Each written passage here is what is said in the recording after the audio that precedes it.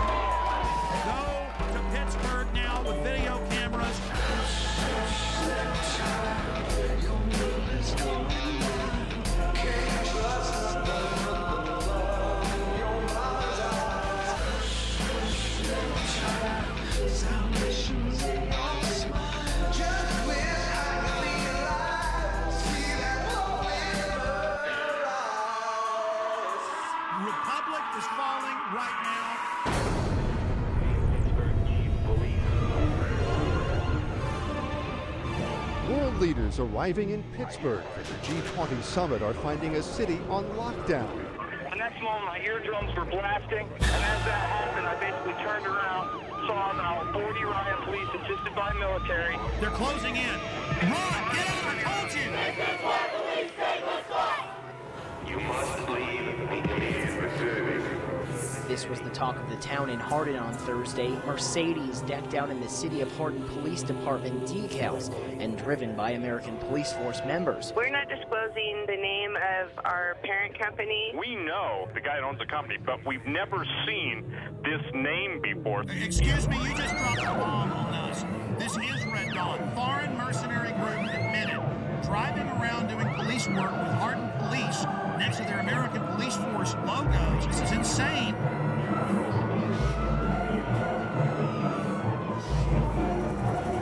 Passengers describe a terror attack and the arrest of a suspect. So he's a controlled asset, and of course it's not a matter of failure to connect the dots. The FBI now has 5 versions of their story. Can you add how they were already getting in Yemen? That's how and the scanning machines that we currently are beginning to deploy. He told me to go through the scanner, and I said no. It's a real act of submission. They were involved in a cover-up. Kurt, this is huge.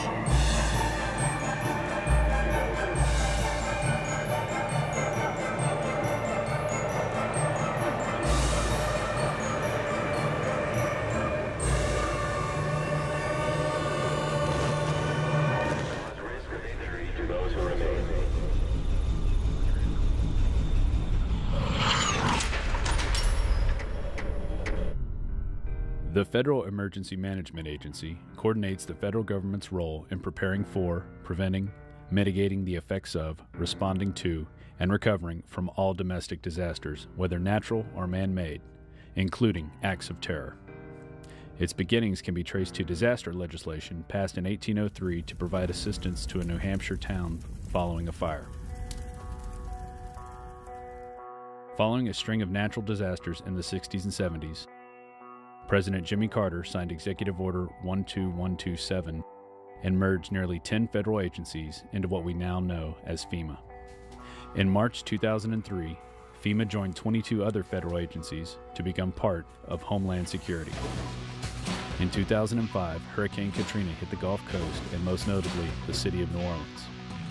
Federal and local authorities encouraged those who could not evacuate the city to go to the Superdome to ride out the storm, where there would be assistance to take care of them. This is how your government cares for you. This is a FEMA camp.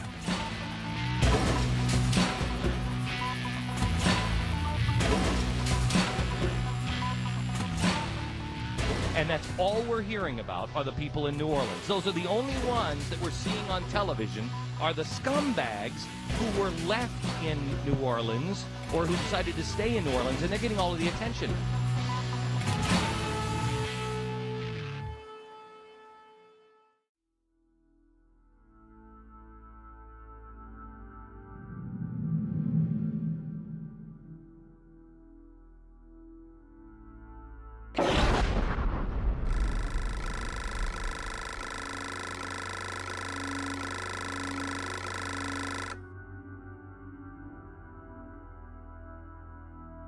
I have made 3 police state films. I have also, written books and news articles on the subject. And the problem is when you cover FEMA camps is there's so much evidence, so many congressional hearings, so many news articles, so many documents. The problem is knowing where to start.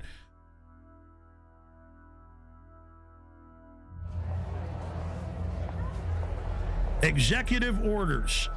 This is how they introduce you. See, they're introducing it all. They've denied they're building all this for all these decades. Now as they unveil it, they're putting their PR spin on it. So Executive Order 10,990 allows the government to take over all modes of transportation and control of highways and seaports. That's been reaffirmed under PDD 51, under the John Warner Defense Authorization Act and others. Executive Order 10,995 allows the government to seize and control the communication media. Executive Order 10,997 allows the government to take over all electrical power, gas, petroleum, fuels, and minerals. Executive Order 10,998 allows the government to seize all means of transportation, including personal cars, trucks, and vehicles of any kind, and total control over all highways, seaports, and waterways.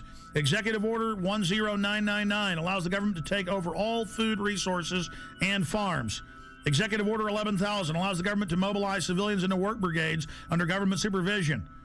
Executive Order 11,001 allows the government to take over all health, education, welfare functions. What's happening through the imploded economy that the foreign central banks are engineering? So they make you be beholden to the government. Designates the Postmaster General to operate a national registration of all persons. That goes on through the Selective Service. Executive Order 11003 allows the government to take over all airports, aircraft, including commercial aircraft. Remember when they shut down all flights after 9/11? Executive Order 11004 allows the Housing and Finance Authority to relocate communities, build new housing with public funds, designate areas to be abandoned, and establish new locations for populations. Remember Louisiana, Mississippi, Katrina? Brownie, you're doing a heck of a job. The FEMA director is working 24 hours. Executive Order 11005 allows the government to take over all railroads, inland waterways, and public storage facilities. Executive Order 11,051 specifies the responsibility of the Office of Emergency Planning and gives authorization to put all executive orders into effect in times of increased international tensions and economic or financial crises. Executive Order 11,310 grants authority to the Department of Justice to enforce the plans set out in executive orders, to institute industrial support, to establish judicial and legislative liaison, to control all aliens, to operate penal and correctional institutions, and to advise and assist the president. So that's your FEMA camps. Executive Order 11,049 assigns emergency preparedness functions to federal departments and agencies, consolidating 21 operational executive orders issued at 15-year period. Executive Order 11,921 allows the Federal Emergency Preparedness Agency to develop plans to establish control over the mechanisms of production and distribution of energy sources, wage salaries, credit, and the flow of money in U.S. financial institution. In any undefined national emergency, it also provides that when a state of emergency is declared by the President, Congress cannot review the action for 6 months. PDD 51 says never.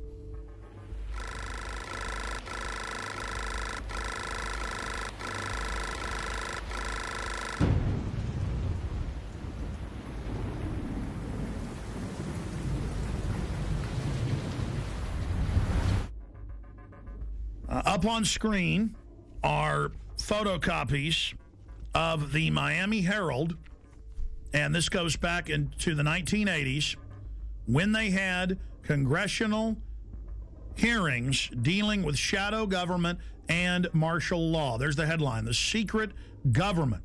And it talks about secret summits, a plan to take over the government. And it shows the people that were in charge of the continuity of government, Dick Cheney and others. And then we have a congressional hearing where we have Congressman Jack Brooks and others during Iran-Contra bringing up the secret plans, and they're told by Congressman in a way that that can't be discussed. It's a national security issue. In the 1980s, the concentration camp program got a big boost. Colonel North, in your work at the NSC, were you not assigned at one time to work on plans for the continuity of government in the event of a major disaster? Mr. Chairman. I believe that question touches upon a highly sensitive and classified area, so may I request that you not touch upon that, sir. I was particularly concerned, Mr. Chairman, because I read in Miami papers and several others that there had been a plan developed by that same agency, a contingency plan in the event of emergency that would suspend the American Constitution. And I was deeply concerned about it and wondered if that was the area in which he had worked. I believe that it was. May I most respectfully request that that matter not be touched upon at this stage. If we wish to get into this, I'm certain arrangements can be made for an executive session. And tragically, the only member who got close was Jack Brooks, and he was stopped by the chairman. But the truth of the matter is that, yes, you do have those standby provisions, and the plans are there, and the statutory emergency plans are there, whereby you could, in the name of stopping terrorism, apprehend, invoke the military, and arrest Americans and hold them in detention camps. Throughout history, criminals get control of governments. They use phony crises to enslave the public. And they're taking your pension funds, they're taking your money, they're raising the taxes on you, they are going to squeeze the daylights out of us all, and that's why they're geared up for martial law and to take the media over, because this is quite a gamble by the establishment. You know, we should have grand juries indicting the bankers and having them turn states' evidence against each other, and this whole criminal shadow government, national security state should be exposed. Everything it's engineered and bring in total tyranny and start arresting people for their speech. So it either goes into tyranny or into liberty. And believe me, folks, liberty is probably where it's going, because this tyranny is so horrible they've got planned.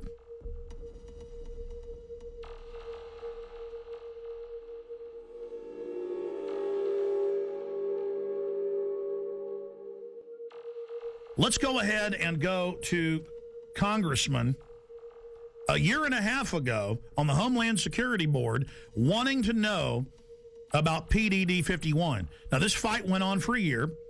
The cover sheet of Presidential Decision Directive 51 stated the president's a dictator. Congress has no power during any emergency, including economic. So now Congress isn't involved in continuity of government when Congress is co-equal to the president and the courts. In fact, the Founding Fathers said Congress was above the courts and the president, but then later courts said, no, they're equal. Now they're saying they're not. Okay? Because it's harder for a dictator to take control in the Congress because there's 500 people. Separation of powers. The president is where your main dictator will come from, so it's the weakest. It follows the orders of Congress and then executes those orders. But then the chairman of the Homeland Security Committee said, I am co-equal with the president in national security. Let me see PDD 51. And they were told no. But the cover sheet alone states the president's a dictator. Then we see last year PDD 51 being executed, and members of Congress, Senator Inhofe and others, being told martial law will be declared if you don't hand total control and immunity over to the banks. And they followed orders and did it. So the martial law is now in place. And with that comes the FEMA camps. Will we get to that place? Not if we expose it. But we're already got our neck in the noose here. Is the executioner going to pull the lever? I don't know. Let's continue with the congressman talking about PDD 51. Most Americans would agree that it would be prudent to have a plan to provide for the continuity of government and the rule of law in case of a devastating terrorist attack or natural disaster. A plan to provide for the cooperation, the coordination, and continued functioning of all three branches of the government. The Bush administration tells us they have such a plan. They introduced a little sketchy public version that's clearly inadequate and doesn't really tell us what they have in mind. But they said, don't worry, there's a detailed classified version. But now they've denied the entire Homeland Security Committee of the United States House of Representatives access to their so-called detailed plan to provide for continuity of government. They say, trust us. Trust us, the people who brought us Katrina, to be competent in face of a disaster. Trust us, the people who brought us warrantless wiretapping and other excesses eroding our civil liberties. Trust us. Maybe the plan just really doesn't exist, and that's why they won't show it to us. I don't know. Or maybe there's something there that's outrageous. The American people need their elected representatives to review this plan for the continuity of government. All right, that's Congressman Peter DeFazio. Now, that was a year and a half ago. Mr. DeFazio, the cover sheet says the president's a dictator and that Congress has no authority over continuity of government. That's why they're now saying Congress can't see it, because they're declaring and executing that power.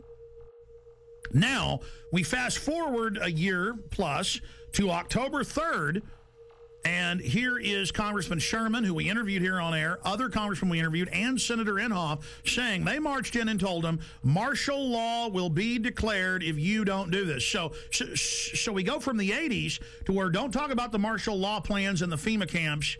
If you want to know about that, you can know about it in executive session, Congressman Jack Brooks, to, oh, Congress, you're not allowed to see the plans now. To Congress, do what we say, we're under martial law.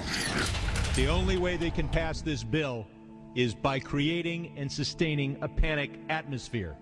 That atmosphere is not justified. Many of us were told in private conversations that if we voted against this bill on Monday, that the sky would fall, the market would drop 2,000 or 3,000 points the first day, another couple thousand the second day, and a few members were even told that there would be martial law in America if we voted no. That's what I call fear-mongering. So we have the congressman on with us. We only have him for 5 minutes, 6 minutes. Congressman Brad Sherman, thank you for coming on, sir. Good to be with you. You know, Wall Street used these panic tactics to get us to pass this $700 billion, well, what the bill really is $700 billion in unmarked bills. They said the market would drop by 4,000 points, blood would flow in the streets, and lions would be devouring children in the parks of Los Angeles. Now that the bill is passed, our economy is still going to be very bad. The bailout money so far has been set aside to buy shares in banks, $250 billion, $40 billion to AIG, and $60 billion yet to be committed, leaving the remaining $350 billion for future use. We've got to do everything we can to focus people's attention on this bill as it's carried out, because it allows Paulson to go up to Wall Street. He can give money to one firm. He cannot return phone calls from another firm. He can he can, if he wants, finds out which firms are donating to the 527 organizations, which take secret contributions and then make political advertising. He can look at the RNC donor list. He can do anything he wants. Let's go back to what you said on the floor in the last 24 hours about members of Congress. And I've talked to some, they're afraid to even come on and talk about it, being told there will be martial law in America and we'll just do this with or without you if you don't do this. That is incredible. And I just had the former head of the Treasury on earlier, Dr. Paul Craig Roberts from Reagan, had a policy saying that this gives them economic martial law. Is that not terrorism? Is not the definition to threaten harm or carry out harm for a political aim, sir?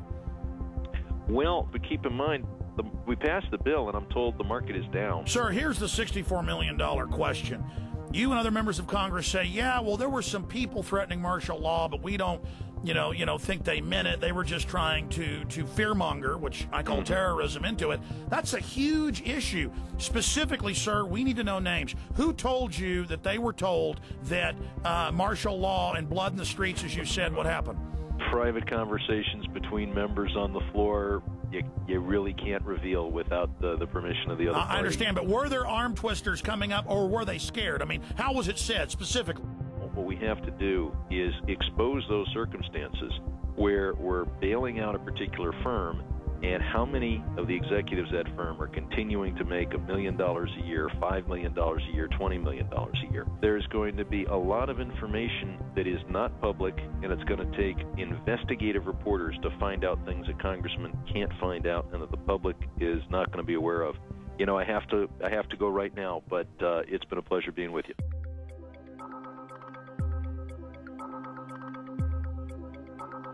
Somebody in D.C. was feeding you guys quite a story prior to the bailout, a story that if we didn't do this, we were going to see something on the scale of the Depression. There were people that were talking about, martial law being instituted, civil unrest, all this kind of stuff. Who was feeding you this information? That's Henry Paulson. We had a conference call early on. It was on a Friday, I think a week and a half before the vote on October 1st. So it would have been the middle, 19th of September, we had a conference call. In this conference call, and I guess there's no reason for me not to repeat what he said, but he painted this picture you just described. He said, this is serious. This is the most serious thing that we face. It's going to be far worse than the Great Depression of the 30s. And all these things, he was very descriptive of exactly what would happen if we didn't buy out these toxic assets, which he abandoned the day after he got the money.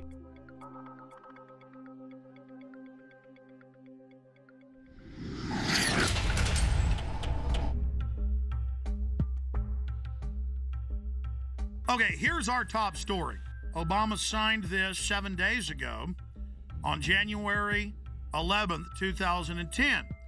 And I spent a few days reading over it, checking the U.S. code, checking the laws that it mentions, and it ties into Presidential Decision Directive 51, signed by Bush. And remember, Congress wanted to get the full Presidential Decision Directive and accompanying executive order.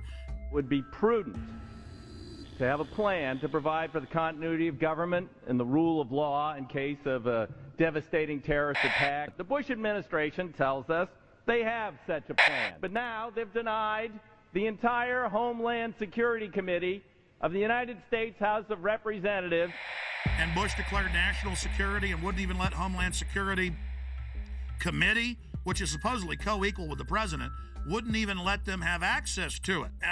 But the cover sheet stated that for any emergency, including economic, anywhere in the world, that the executive is over the legislative and judicial, over the courts, over the Congress, which is unconstitutional. It's supposed to have separation of powers.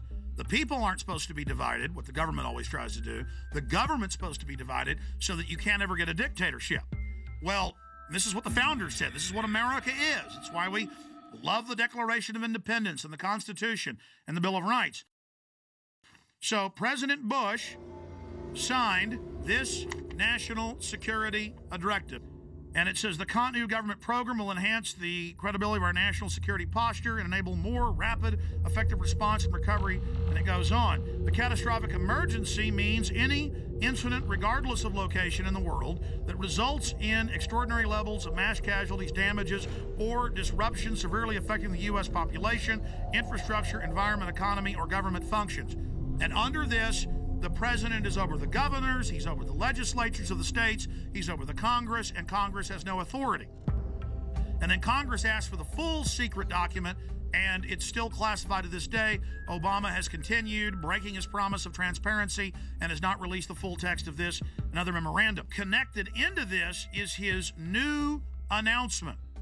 His new announcement. He is creating, with this executive order titled Establishment of the Council of Governors, it says here in the document that they are taking the governors, the states, the police forces, everything under the control of NORTHCOM, that's the Pentagon, and Homeland Security. But don't worry, the states have their say. The president is going to appoint the 10 members. 5 governors from the Republican and 5 governors from the Democrats. Kind of like Bush called the 9/11 Commission independent when he appointed it, or Janet Reno appointed her own Waco investigation team.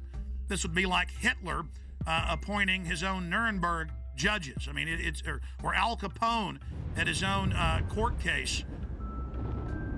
I mean, it's just absolutely ridiculous. And there it is at whitehouse.gov, the executive order for anyone that wishes to see that for themselves. Separately, I have the Rand Corporation's plan that they put out last year. And this plan, the Stability Police Force of the United States, justification, options for creating U.S. capabilities. This has already been implemented covertly in the last 15 years. But now they're just being open about it. And it has all the maps here of how Stability Police Force headquarters to run your local city. They have systems for medium-sized police forces, large police forces. They have the stability unit for small police units. Again, Communist Russia had this. Communist China has this. Russian news is freaking out, saying America gets its own Politburo. On the Richter scale of tyranny, this is about a 10. And it goes back, because now all these conservative groups are going, oh my gosh, it's martial law. Oh my gosh, Obama's having a big power grab. And yes, he is. But Obama is just the teleprompter reading minion or frontman, just like Bush was. He's just better than Bush was at it. It is the system that's doing this. Big central banks threatened martial law in early October of 2008. If the trillions, not 700 billion, but trillions of dollars, the overriding issue is we are under martial law right now. In 1986, under Rex 84, they opened 12 secret Army camps to test if they could keep them secret while they held federal. Now they hold state prisoners as well. Federal prisoners would then be given a few years off their sentence if they agreed to not tell family about it and to go to the labor camps. It is a labor camp, and under the revised military rules, it allows any U.S. citizens to be put in it under forced labor. Here is the Civilian Inmate Labor Camp Program, Army Regulation 210-35. It's exactly 30 pages long. I suggest you Google Civilian Inmate Labor Camp Program. Even if you don't have a computer, go to the library. This is important.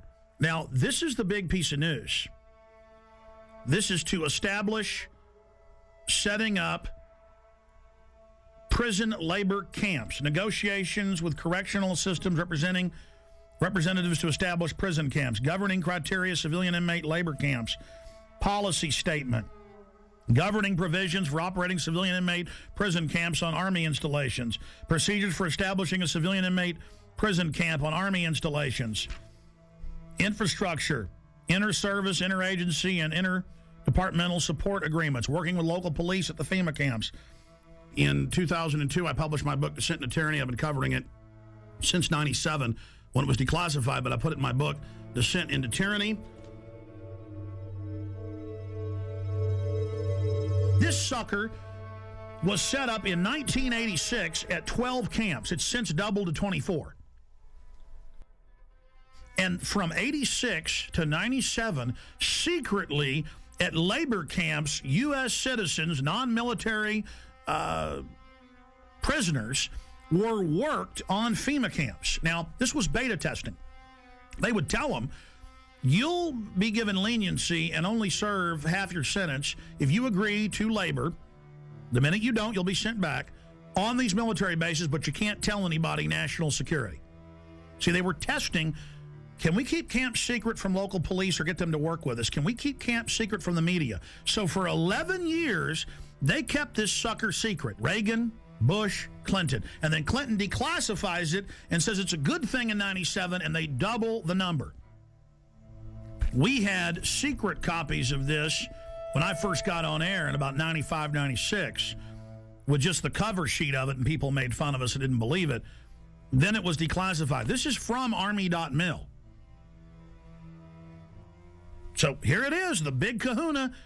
This is just one section of these, training the troops, training the infrastructure, creating the larger cadres to expand the archipelago of gulags.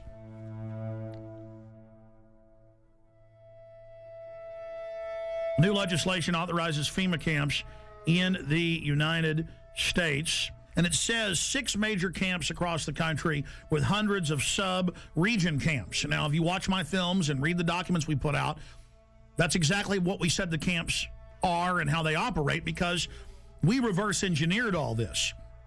The camps are already built. It's when they want to openly announce they're doing it that they then pass a law.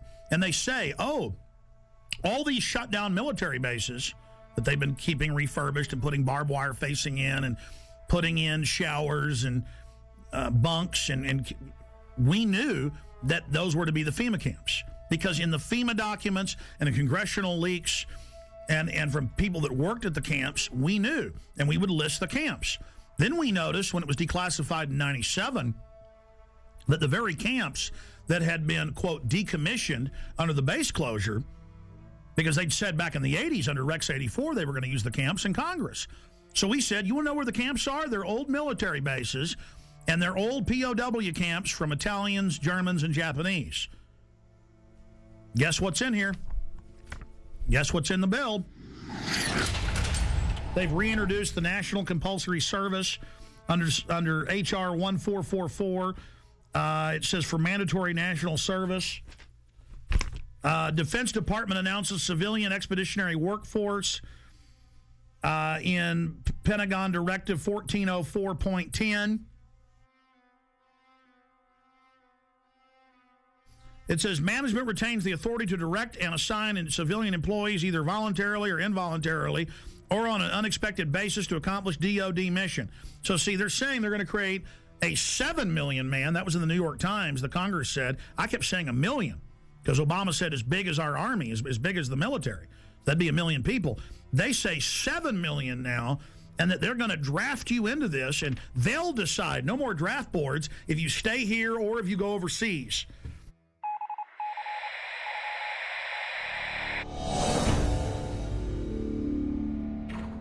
But this just broke. I just showed you the earlier terror training manual saying those that talk about the Constitution are terrorists and are a danger to police, those that are in Second Amendment groups. Here is the MIAC strategic report, and this is 2/2009, the modern militia movement.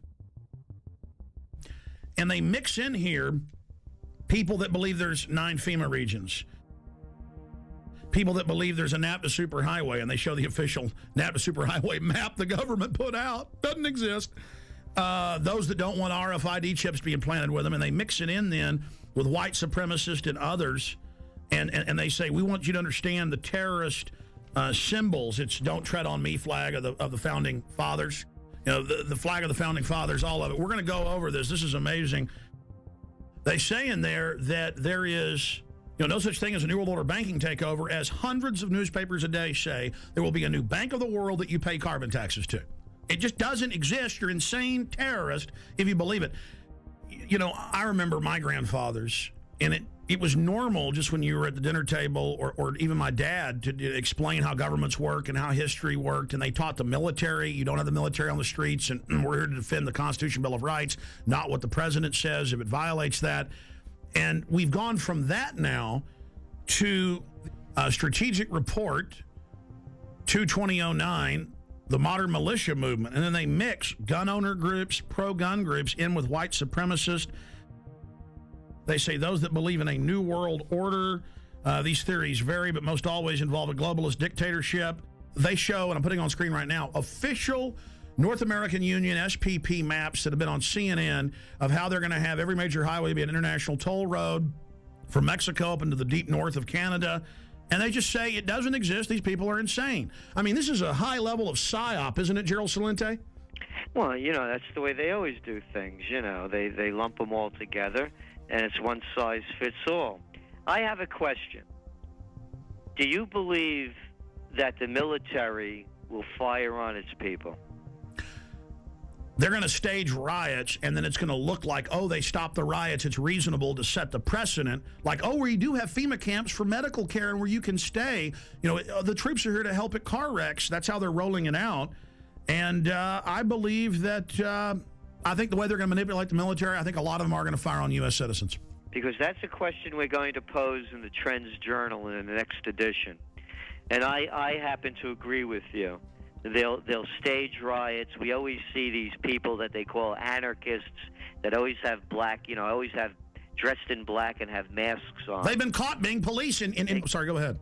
No, exactly. No, I agree with you. And I think that they are going to fire on the people, unfortunately. No, don't shoot me, please! Don't shoot me! I haven't done anything!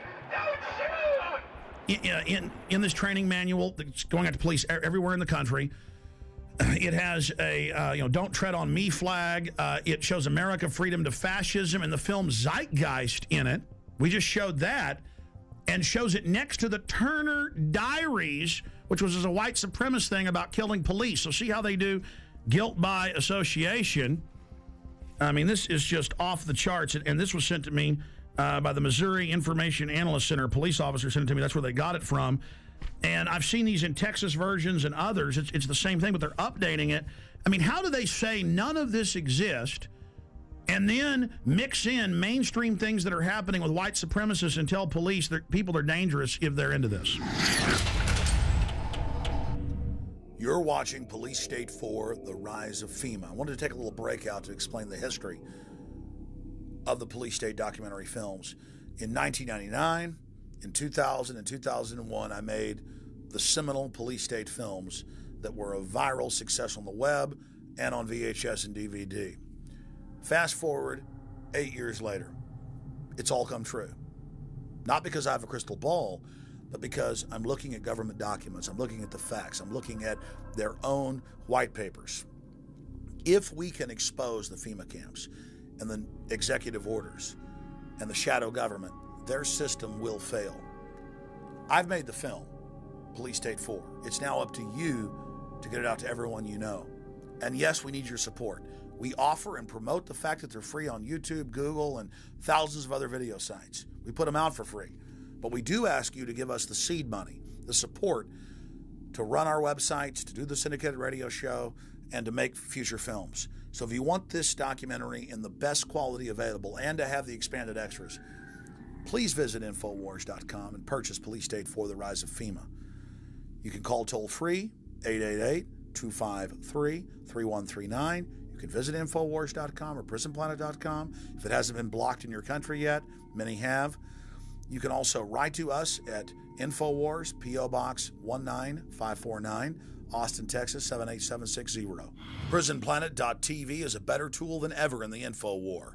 Over 6 years of my radio and TV shows, all my films in super high quality, my book, Paul Watson's book, all there, 15 cents a day. Your support of PrisonPlanet.tv empowers the resistance to unlock minds worldwide. The destiny of Police State 4, The Rise of FEMA is in your hands. I'm asking all of you to have public viewings, to make copies, and to give to everyone you know. The power of humanity and the human spirit is unstoppable if you'll simply unleash it, if you'll simply take action and turn it loose. I salute you all. Good evening, my fellow Americans. We have been compelled to create a permanent armaments industry of vast proportions. We annually spend on military security alone more than the net income of all United States corporations. We recognize the imperative need for this development, yet we must not fail to comprehend its grave implications. Our toil, resources, and livelihood are all involved. So is the very structure of our society. In the councils of government, we must guard against the acquisition of unwarranted influence, whether sought or unsought, by the military-industrial complex. The potential for the disastrous rise of misplaced power exists and will persist.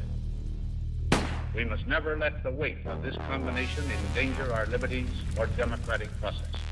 Only an alert and knowledgeable citizenry can compel the proper meshing of the huge industrial and military machinery of defense, the prospect of domination of the nation's scholars by federal employment, project allocations, and the power of money is ever present and is gravely to be regarded. We must also be alert to the equal and opposite danger that public policy could itself become the captive of a scientific, technological elite. We cannot mortgage the material assets of our grandchildren without risking the loss also of their political and spiritual heritage.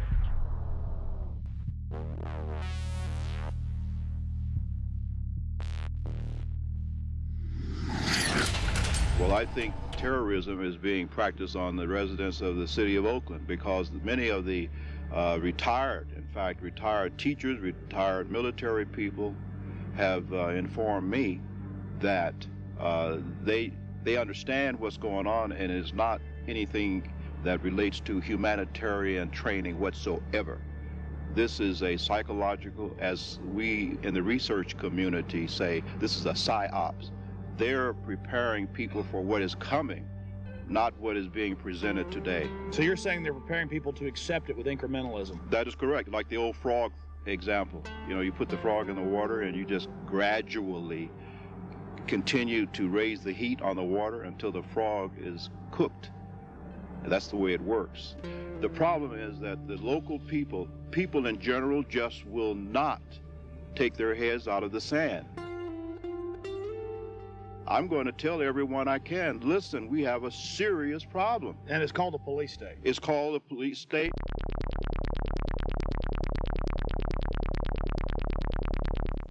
Let's go ahead and get to this. I mean, you want to see, you know, what goes with FEMA camps like a horse and carriage. Troops, militarized police, training with the Army to take over your cities and towns. Let's go ahead and play this YouTube clip, Martial Law is Coming, from News 7 at 11. The scenario was a fake, but the pepper spray and billy clubs used to break up this riot were definitely real. Good evening, I'm Miranda Stevens. Whether it's terrorism, riots, or any major disaster, local agencies will be the first to respond. That's why Roanoke City wants its disaster training to be as real as possible. Jeremy Butterfield has more. It's supposed to look like a riot, and the scene at William Fleming High School had all the elements. I'm one of the rioters that the guard and the police force had to take down and arrest, and did very successfully. In this scenario, everyone has a role to play. The rioters were ready to fight back as Roanoke Police, Roanoke Fire, local National Guard troops, and members of the Virginia Defense Force secured perimeters and moved in to make the arrests. Prior to 9/11, these organizations couldn't communicate and did not work together. They worked to support each other, but not together. And with the recent events of the last 3 to 5 years, we've become very good at working together, which is very important. Of course, these weren't real rioters. The rebels in T-shirts were all members of one of the participating agencies, but you couldn't tell that during the exercise. If you weren't protected by an orange vest signifying you as an observer, you were in danger of being hit by eggs, bottles, billy clubs, or even the occasional well-placed round from a sniper. We try to make this very real, give a real feel to it. We had the fire department provided some live burning out here, so we had smoke, flames, objects being thrown, a lot of chaos. There's going to be a lot of chaos in a civil disturbance situation, and that's what we want to try to incorporate as much as possible. Teamwork plays a major role. Mountain Police had to coordinate with the fire department, while National Guard troops marched in formation toward the rioters. Without cooperation throughout all the agencies, the rioters would have quickly taken control. I think everybody learned a little bit. Mistakes are made, but we'd rather make those mistakes here than in a real situation. This was the 4th year the agencies have participated in this drill, and organizers say the old adage, practice makes perfect, certainly holds true in the face of disaster. And then, see, you talk about this, and mainstream writes articles about me like I'm crazy, making up troops and troop deployments when it's the Army Times, the Army War College, hundreds of newspapers have announced it, and then I say, hey, that's tyranny, and they go, shut up, Jones doesn't exist. InfoWars story on illegal Tennessee checkpoint prompts action by governor. Friday, listeners pointed out local news saying the Army was going to be out, regular Army running checkpoints, searching citizens with police. The governor got called, our listeners called. The Whiteville Police Department had plans to conduct a seatbelt checkpoint on Saturday, April 4th at Highway 64 within the city limits of Whiteville. The checkpoint was planned to be in conjunction with Homeland Security and the 251st Military Police in Bolivar. After learning about this, I contacted Representative Johnny Shaw, who represents that area, ask you about this. Representative Shaw, you looked into this, and can you tell me what you've learned and where this stands now? I can. Actually, this has been canceled.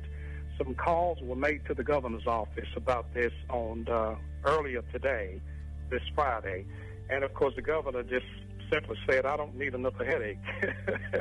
It was a bad idea in the first place. I mean, during this climate, in this day and time which we live, can you imagine the Army stopping you for a seatbelt check? You know. We'll follow up with you on that, sir, and find out what steps are taken to protect, to see that something like this the public is notified in the future. Definitely we will, because the public should have been notified if it was going to happen, and I'm going to make sure that I call all of the local authorities and ask them not to do this anymore, but if they should even attempt to make sure that they contact people like myself and make sure that people are notified as to what is going to happen. Representative John Shaw just joins us for a few minutes, representative from Tennessee, District 80. Sir, thank you for coming on with us. Sure, you're welcome. Thank you for having me, Alex. You bet. Now, we played the clip earlier of you on a local news station talking about Army checkpoints. The governor found out, thanks to you and others, and canceled it. Can you just, in a nutshell, tell us exactly, specifically what was going on? Yes, I can. First of all, I have got to check. Now, I don't have concrete facts, but I don't think the military has, first of all, any jurisdiction to be checking seatbelts. When you look at the fact of a military unit being out, your daughter, my wife, or someone driving through a roadblock with all of these local officials, the Army and everybody out there, I think it's just going to scare people to death. I think our local and state officials have the staff when needed to check seatbelts, to do a seatbelt check without the Army getting involved. And I just don't think it's a good idea. Well, obviously, sir, I don't know if you've heard, but yes, it still violates posse comitatus. They haven't completely removed that 1878 law. We know in Mexico and communist China they have troops on the streets. This is a sign of a banana republic, of a third world police state, so that we don't want that. But the larger issue here is that they've announced Homeland Security wants to put 20,000 regular Army troops to patrol America. The Naval War College, the Army War College has said their new job will be engaging us, combat with the American people to stop an insurrection against the banks. So, A, are you aware of that? B, can you tell us specifically what units, why the Army was going to be out running checkpoints? Well, I got this news late on Friday, and when I got the news, I immediately jumped on it to try to call some local authorities that I knew first to see what was going on. And when I made the call, I found out at that point in time that the governor had already made the decision to cancel this, and which I was very proud of that. But I am not aware of Homeland Security doing this.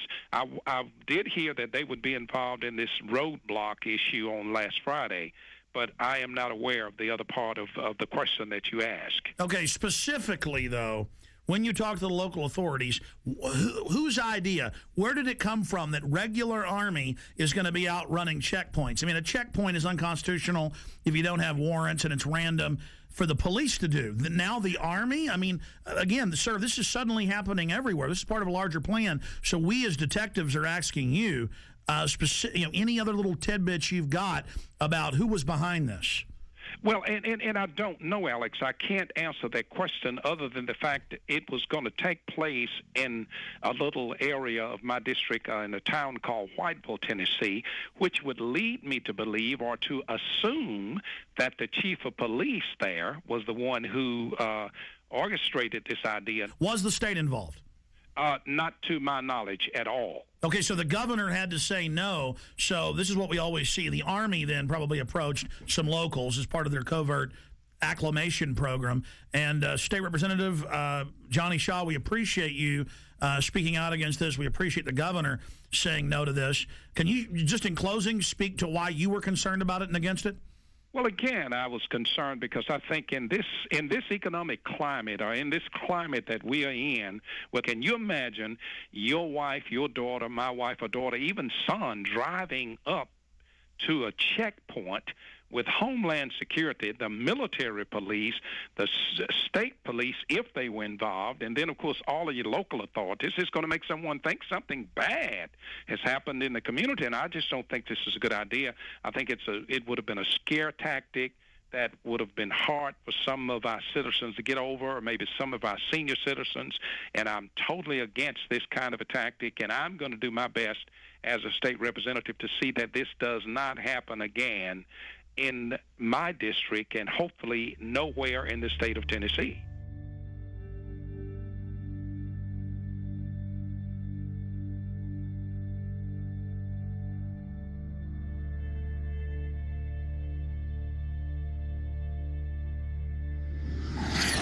Now, this is being done to acclimate the public so they don't panic when troops take over the city hall, the county, the state. This is high treason. And Obama has taken all these new powers that Bush claimed and has expanded them day one.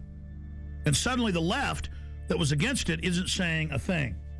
So that's part of the preparation. Guardsmen to conduct urban training at Arcadia in April. This is going on scaled back now. It says in this article, going door to door, asking if they can search homes looking for weapons. And they practice raiding the local gun shop. And this is for domestic operations. Lieutenant Colonel, I really appreciate you coming on such short notice, sir. My pleasure. Thanks for the invitation. You bet. I saw this article out of the Daily Times Herald in Carroll, Iowa. Have you seen that? I sure have. And it's telling us about an urban warfare drill to be held in several towns. Can you tell us about that? Sure. It's actually a planned training event to provide our soldiers with greater proficiency at what we call cordon and search, which is a mission that, just for a little background, we've deployed nearly 13,000 members of the Iowa National Guard in the global war on terror. And the vast majority of those have been in Iraq and Afghanistan. And one of the missions that they perform in Iraq and Afghanistan on multiple occasions is cordon and search, where basically you are trying to get to an area, cordon it off to make sure everything's safe, and then actually search for caches of weapons or other kinds of contraband which could harm American forces and other like Fallujah, what we saw in Correct. Fallujah. Mm-hmm. Correct. Exactly. So because of where we're located in Iowa, there are no active duty bases in Iowa, so we kind of have to create our own urban training environments. So the plan on this particular training event was to actually use a small town of about 450 people. The town has actually kind of adopted the unit, which is called Company A, 1st Battalion, 168th Infantry, and they were more than willing to participate in the exercise.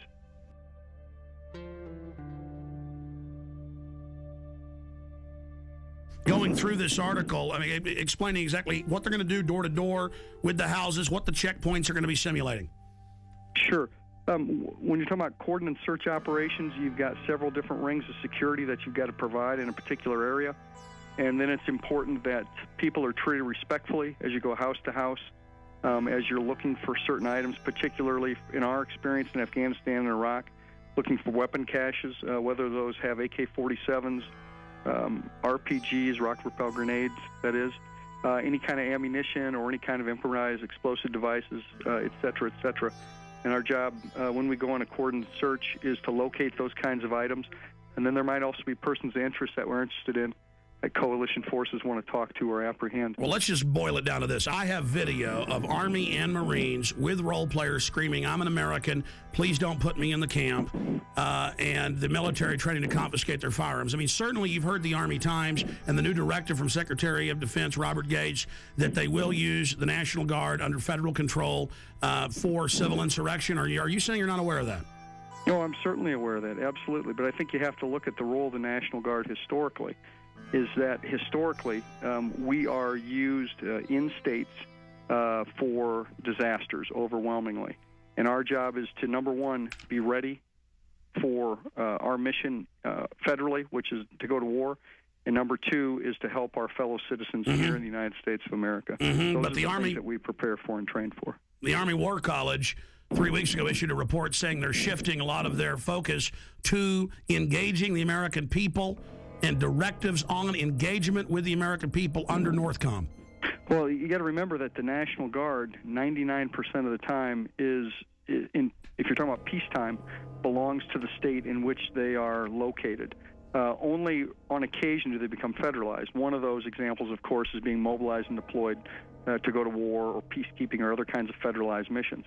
But other than that, the National Guard generally in peacetime belongs to the governor of that state. Well, you're pretty informed on all these issues. Obviously, you're right in the middle of it. Did you hear about the mainstream news articles about Marines in California and other places helping at DWI checkpoints with citizens? Would that violate posse comitatus? I'm not aware of that. With respect to active duty military, that's called Title 10 when you're on active duty, and they're not allowed to participate in certain kinds of operations under the Posse Comitatus Act. Does that sound like freedom to you all over the country to have the National Guard at big events like at the Kentucky Derby and the Super Bowl searching bags? Well, I think if you're talking about keeping Americans safe, it's our job to do whatever we can to help them with that. And if our job happens to be to detect weapons of mass destruction or other kinds of things that could harm a great deal of people, that's what we do. Now, here's your Pentagon Channel report. The Kentucky National Guard was part of the massive security force required for this weekend's Kentucky Derby. Officials say that 360 Guard members were on hand at Churchill Downs to help support law enforcement efforts for the first leg of horse racing's Triple Crown. Now, the troops took care of crowd and traffic control, provided 3 choppers and crews for aviation support. Officials at the track said that more than 150,000 fans turned out for the race. Police only had to make 44 arrests. International media, government staffers, and protesters. Thousands of them, all waiting for the G20 summit to begin. World leaders arriving in Pittsburgh for the G20 summit are finding a city on lockdown and already hit by violence. By order of the City of Pittsburgh Chief Police, I hereby declare this to be an unlawful assembly. I order all those assembled to immediately disperse. The G20 basically represent the largest nations which participate in the Western banking cartel, which I feel is behind a lot of the pain, anguish, and misery that exists in our world today. They would like to come up with one central bank for the world to replace the dollar standard, and also have international regulation, a massive expansion of the WTO regulations into the financial markets. You must leave the immediate vicinity. If you remain in this immediate vicinity, you will be in violation of the Pennsylvania Crimes Code, no matter what your purpose is.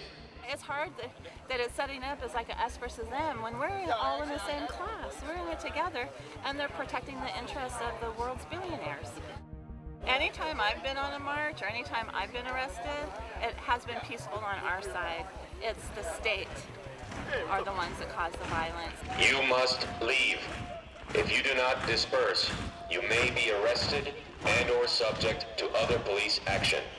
Other police action may include actual physical removal, the use of riot control agents and or less lethal munitions. Ladies and gentlemen, this is breaking news. Do you know why my crew is not live with us right now, why they were out of contact?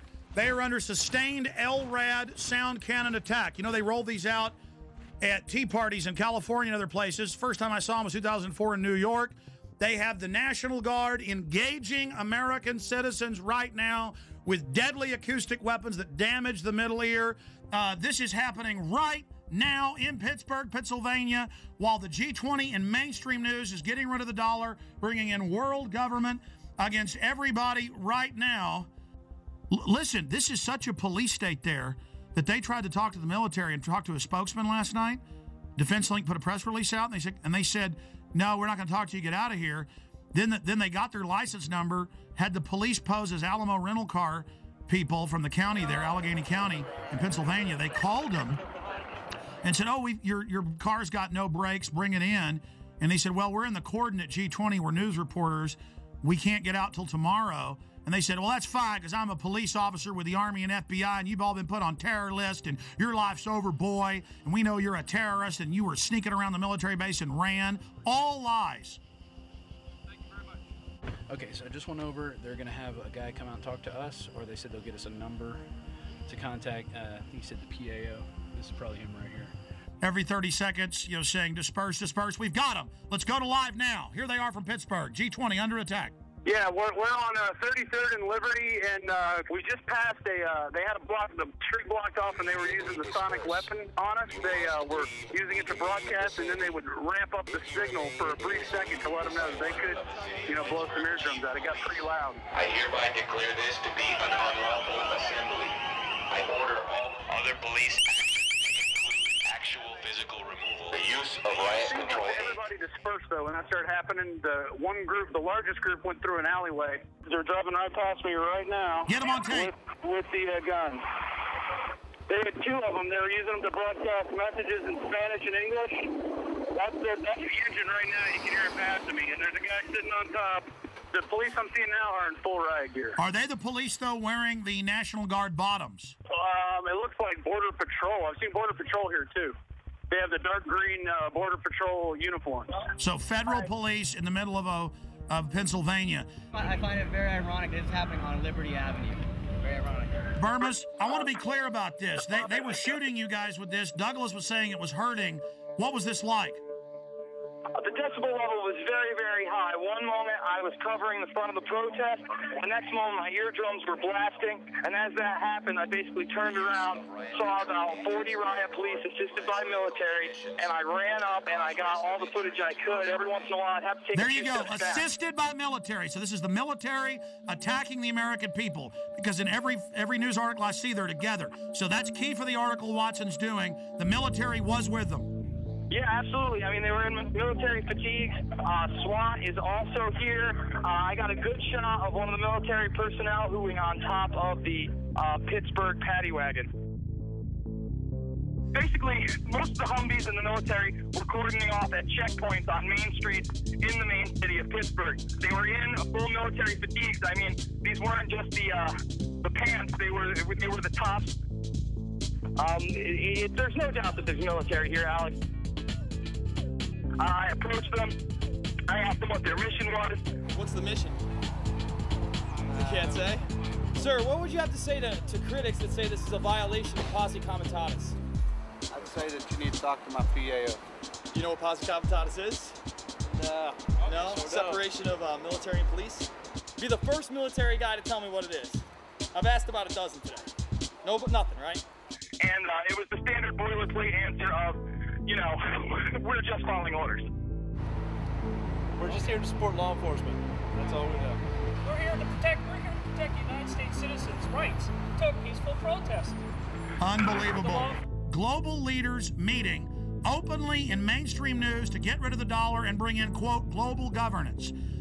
This is the end of our country, and the police and the military are acting like people that don't like it are pure scum and terrorists because the DHS has trained them to do that. Here come the anarchist staging. Here they come right now. They just grabbed the dumpster. They're flipping it over. Video it. I got it on tape right now. Oh, I don't want to put you in danger, Jason, but if you follow that stinking Fed, is it a big guy? It was 3 people, and of course they had masks on, Alex. Briefly, tell folks about last night. You guys pull up to the gate. You asked to talk to the public information officer. They called the police and lied and said that you were sneaking around. Yes, sir. How's it going? We were responding to a news story that the National Guard was going to be massed to go into Pittsburgh. And can we get a comment on that? Sorry, we can't make any comments, sir. Do you have a press guy we can talk to? Call PAO. We then pulled off to the side of the road where they instructed us to. We waited around 15 or 20 minutes. A representative came back. Immediately, he was hostile towards us. He did not like our credentials. Hey, guys. Hey, good evening, sir. What's up? Look how you're How you doing? My name's Rob. Okay. We're out of Austin, Texas, Channel 10. Okay, can I see your credentials? We tried to get as much information as we could. He refused to answer our questions. So then Rob asked him for his information and where we could contact him tomorrow if we could get a word with him. He then gave it, and we left. Speech, freelance reporter. Yes, sir. Okay, so what are you looking for? Well, we're following up on a report that we got, and it's that we read. It said there's 2,500 troops that are going to be deployed into Pittsburgh for the G20 for security. Once again, do you have? I'd like to talk to your editor. I'm more than welcome to. I'm more than willing to do this. So you got somebody back at the station I can talk to? You guys have credentials for the G20? I can't. the middle of the night, you come here tomorrow, we'll see what we can accommodate you. We're not going to... I mean, we only got a few questions, man. Yeah, we just have like 4 questions. The answer is no. I'm not going to comment. No, I'm not. That's okay. We're going to deny the interview. If you get some credentials, you get some that I can work with, I'll do the interview. We didn't run away from anything. By the time that we had left, turned around, and exited the main military facility, there was another car parked on the other side of the road, waited for us to pass, followed us for an exit, then got off. And then we were shocked when Douglas got a call trying to entrap him and have us go return our rental car for quote-unquote 2 more free days.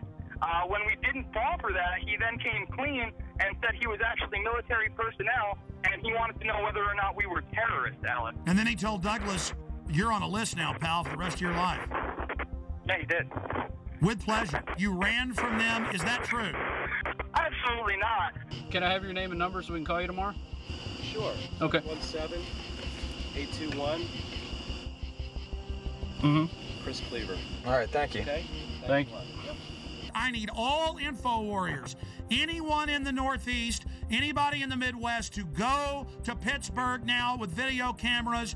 The troops are bought and paid for by offshore banks. The Republic is falling right now. They are openly destroying our precious Republic right now. They are openly bringing in martial law. They have troops deploying in every major city. This is just another beta test. We need everybody to go to Pittsburgh who loves this country. Come with cameras, radio host. Everybody needs to get there and needs to expose these people. And we need people to follow the anarchists. They're going to go back to military installations. It's happened in every case. We proved it in Denver. We proved it in Ottawa. We proved it in Seattle. We proved it in London. We proved it in Genoa. We prove it every time.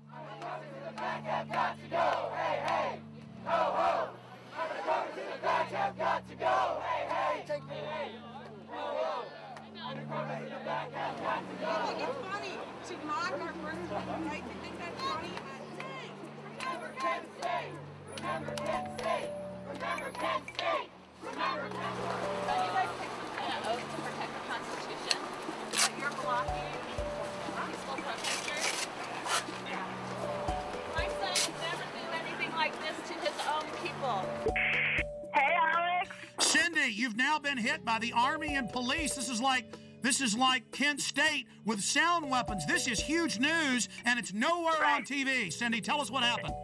We're just trying to get to downtown so we can exercise our freedom of speech, Alex. And they're blocking peaceful protesters. We don't have any weapons. They're blocking us with the most disastrous, horrible weapons that they can think of. And so, yeah, it's just really awful down here.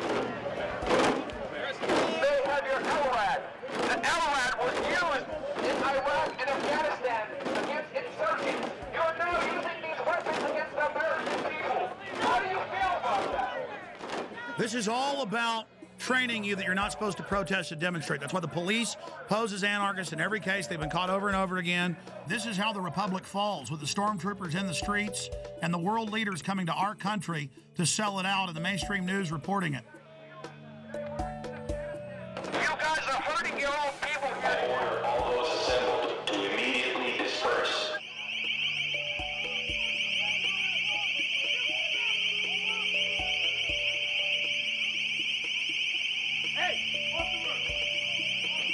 Cindy, did you know they're openly announcing the formation of a world government at this meeting? Yes, I know they are.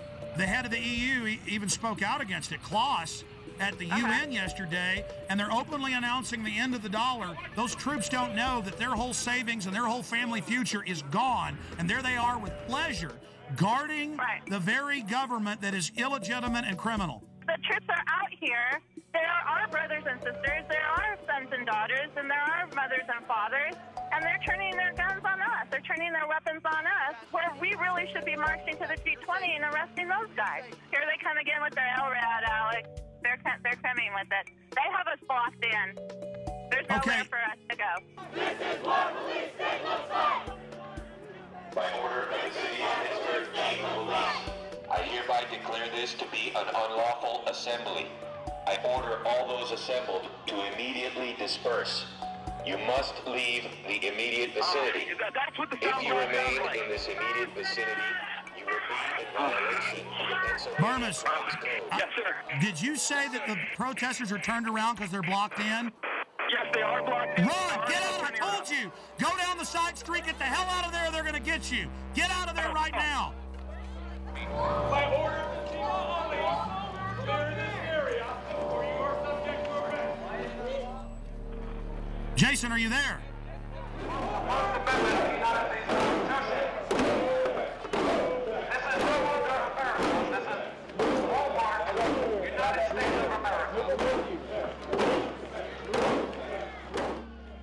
Amazing to have Burmis and Cindy Sheehan and all these people together. They're standing against tyranny. She lost her son. And the military will follow orders, and that's all this is. And there are the bankers openly setting up world government, bankrupting us by design. It's really happening. Well, here's the Examiner newspaper reporting on these sound weapons at the Tea Parties. It says both town halls took place without incident. However, the use of military device concerned San Diegans. The LRAD crowd control is primarily used in Iraq to control insurgents and can cause serious and lasting harm to humans. And they admit this. I mean, this is just outrageous.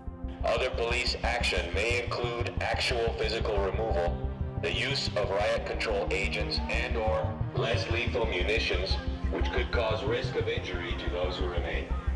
You must leave.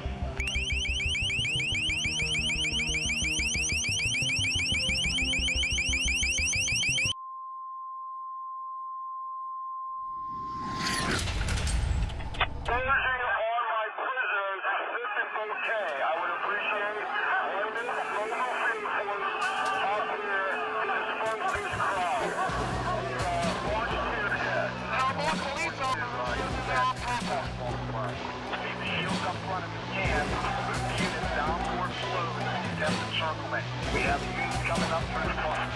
Push them towards the park.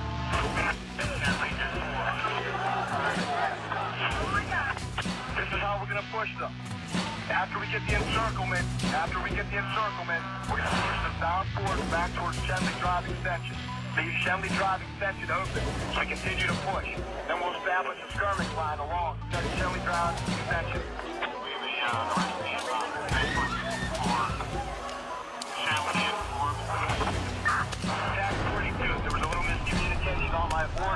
But now we're attempting a encirclement in the park. The police began to charge following the initiation of a tactic they called kettling. So called as to reflect the purpose of a kettle, to hold in water and heat it until it attempts to boil over. They're closing in. Get out of there. They're going to arrest everybody. And the police, he said, at the last thing, were coming from 3 ways, blocking them in. That's what they do. They corner you and then attack. Stand by for gas deployment.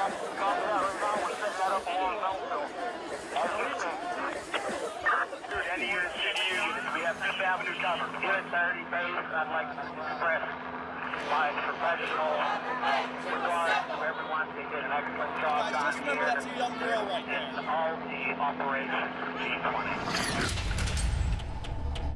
Now, let's go ahead and go over these articles. Brigade Homeland Tour starts October 1st. 3rd Infantry's 1st BCT trains for new dwell time mission. Helping people at home may become a permanent part of active Army. And then you read this, the Washington Post reported it, everybody else did. It says, for riot control and civil unrest during a collapse of society. Then the Army War College came out a month later and said, yes, we're preparing to engage the American people. So there's that going on. So they have to have troops to take you to the FEMA camps. Washington Post, 20,000 more U.S. troops to be deployed for domestic security. They then expanded and said it won't be 4,000 troops, it'll be 20,000. Now they're saying, oh, it'll be 40,000 regular Army troops. The very troops that were in Baghdad doing gun confiscation, the very best troops they've got. Here's another one. Marines admit security force to operate inside U.S. This directly from the Marine Corps' own website. And they did it with role players, practicing confiscating people's guns. Here's another one. Unit learns skills to fight different enemy. And this is out of the American Force Press Service. See, this is all part of acclimation. And then in a 4-state area, in the Midwest a few months ago, there was a report about the Army suddenly locking down parts of cities and doing, and then the disgraced Governor Blagojevich announced about 5 months ago, before he had that big scandal, and we played the newscast here where he said we're going to have the Army go door to door confiscating guns in Illinois. And then we have the first time the Army got called into New Orleans, going to the high and dry areas with the police and FBI. All the weapons will be taken. No one will be allowed to be armed. And then putting people in handcuffs that had guns, taking their guns.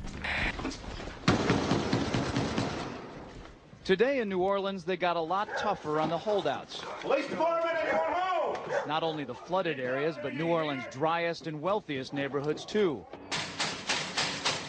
Police department! The police and National Guard going street by street, house to house. We need to make sure, too, that whenever we knock on doors, people refuse to leave. We need to make note, call it in.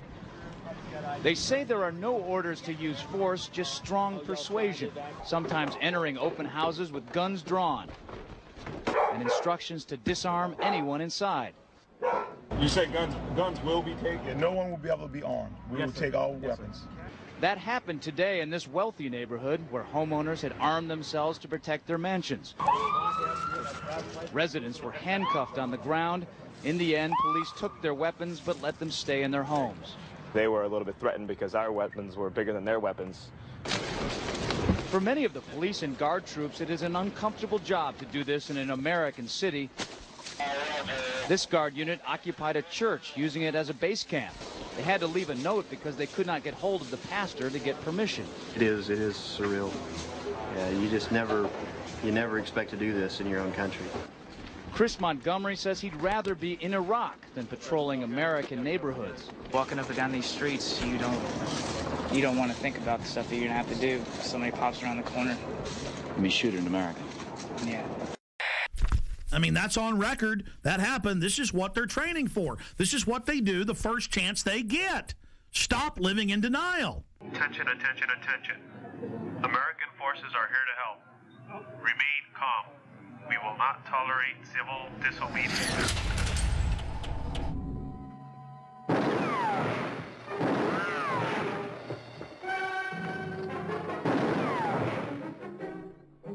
Throw the gun away, Mr. Randall. Go on, throw it. No tricks, mister.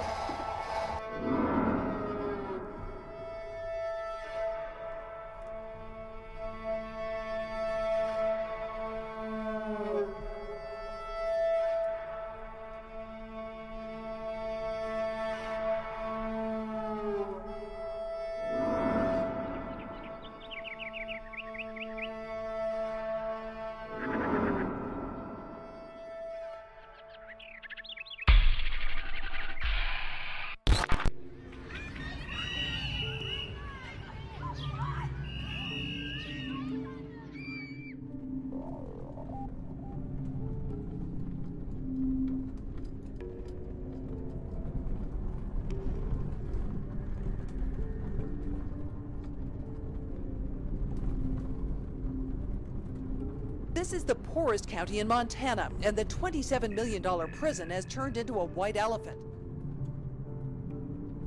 Because there are no prisoners, Glenn and Ray Perkins got laid off after moving to Hardin to take guard jobs.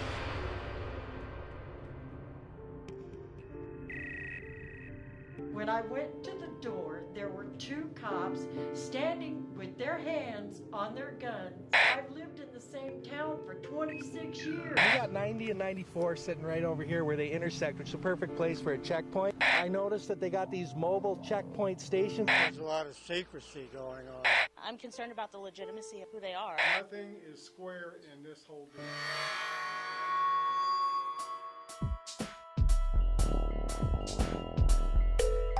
I cannot let my grandchild grow up in this kind of thing.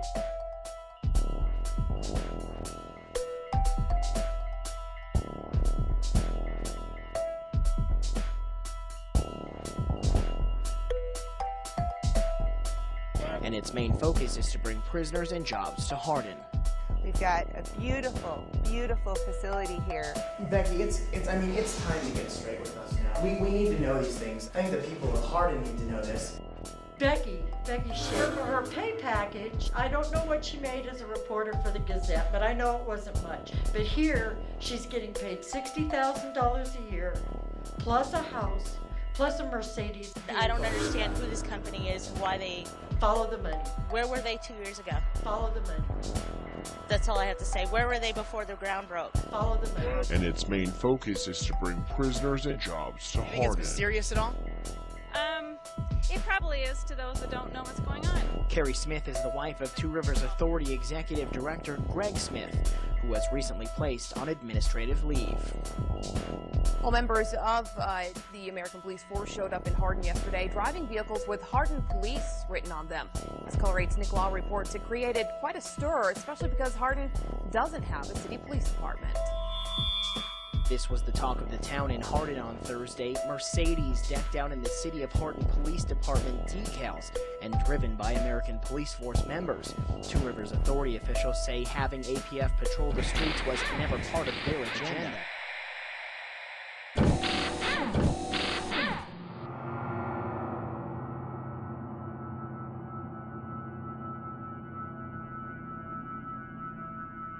Tell people what's really happening here. Well, first of all, Alex, around the country, and it's not just in Montana, but specific areas are being identified as staging grounds. And just recently, we had 12 Tajikistan troops on BMWs. These are the same BMWs that you and I talked about meeting And by the way, the UN admits their main force is Tajikistan, Uzbekistan, and Egyptian and Pakistani. That's their main UN force. Well, Steve, we know in Serbia they've had black sites, the secret ghost sites with the kidnap, snatch and grab people. Absolutely. We know that they're in Tajikistan, Uzbekistan, Pakistan. We know they're in Egypt.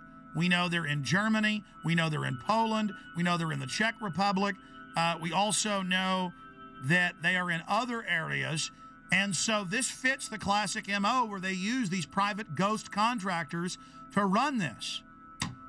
Oh, I'm having trouble right now even dealing with this and processing it. Man, talk about Spookville, CIAville, black sedans running like roaches when you flip the light on at 3 a.m. in your apartment and there's like big fat roaches going. And they're like, ah! Now the locals are getting upset by these black Mercedes SUVs that have Hardin, Montana on them and then the double eagle crest just announcing we are your police. This is insane. Men with foreign accents stomping around. I mean, this is Red Dawn happening. And the local officials are going, yeah, we've been told they run the camp and that they run the town now. I mean, this is Twilight Zone.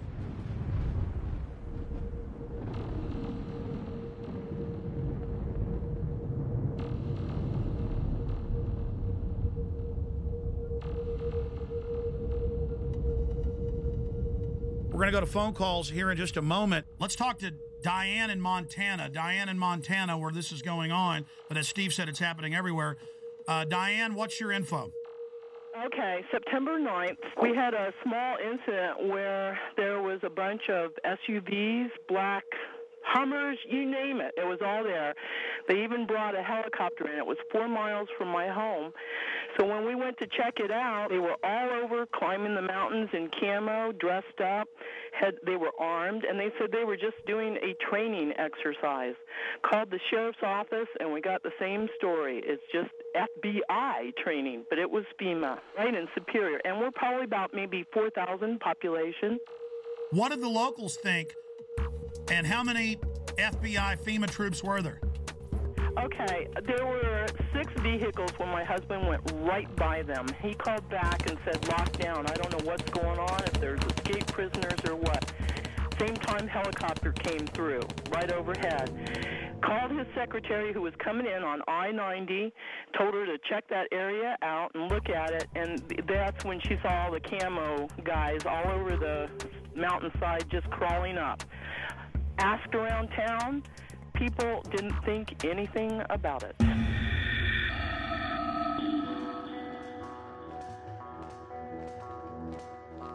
We now go live to Alex Jones on the ground in Hardin, Montana. Alex? Okay, we just got a tour from Becky Shea, the former Billings Gazette reporter that's now the PR spokesperson for this facility for American Police Force. She admitted that it'll be a foreign paramilitary mercenary training facility. She admitted that it's going to be a detention facility. The point is this is just off the charts. They're now doing massive damage control. They're about to give us a tour of the outside of the facility. I just got a tour of only one wing of this gigantic $27 million facility. They would not let us into most of the areas. Just while I was in some of the offices, I saw blueprints, I saw documents. I'm just going to leave it at that. But this story is definitely the mother lode. This is definitely a black site / ghost site in the United States. They plan to have this be a ghost site, but locals blew the whistle.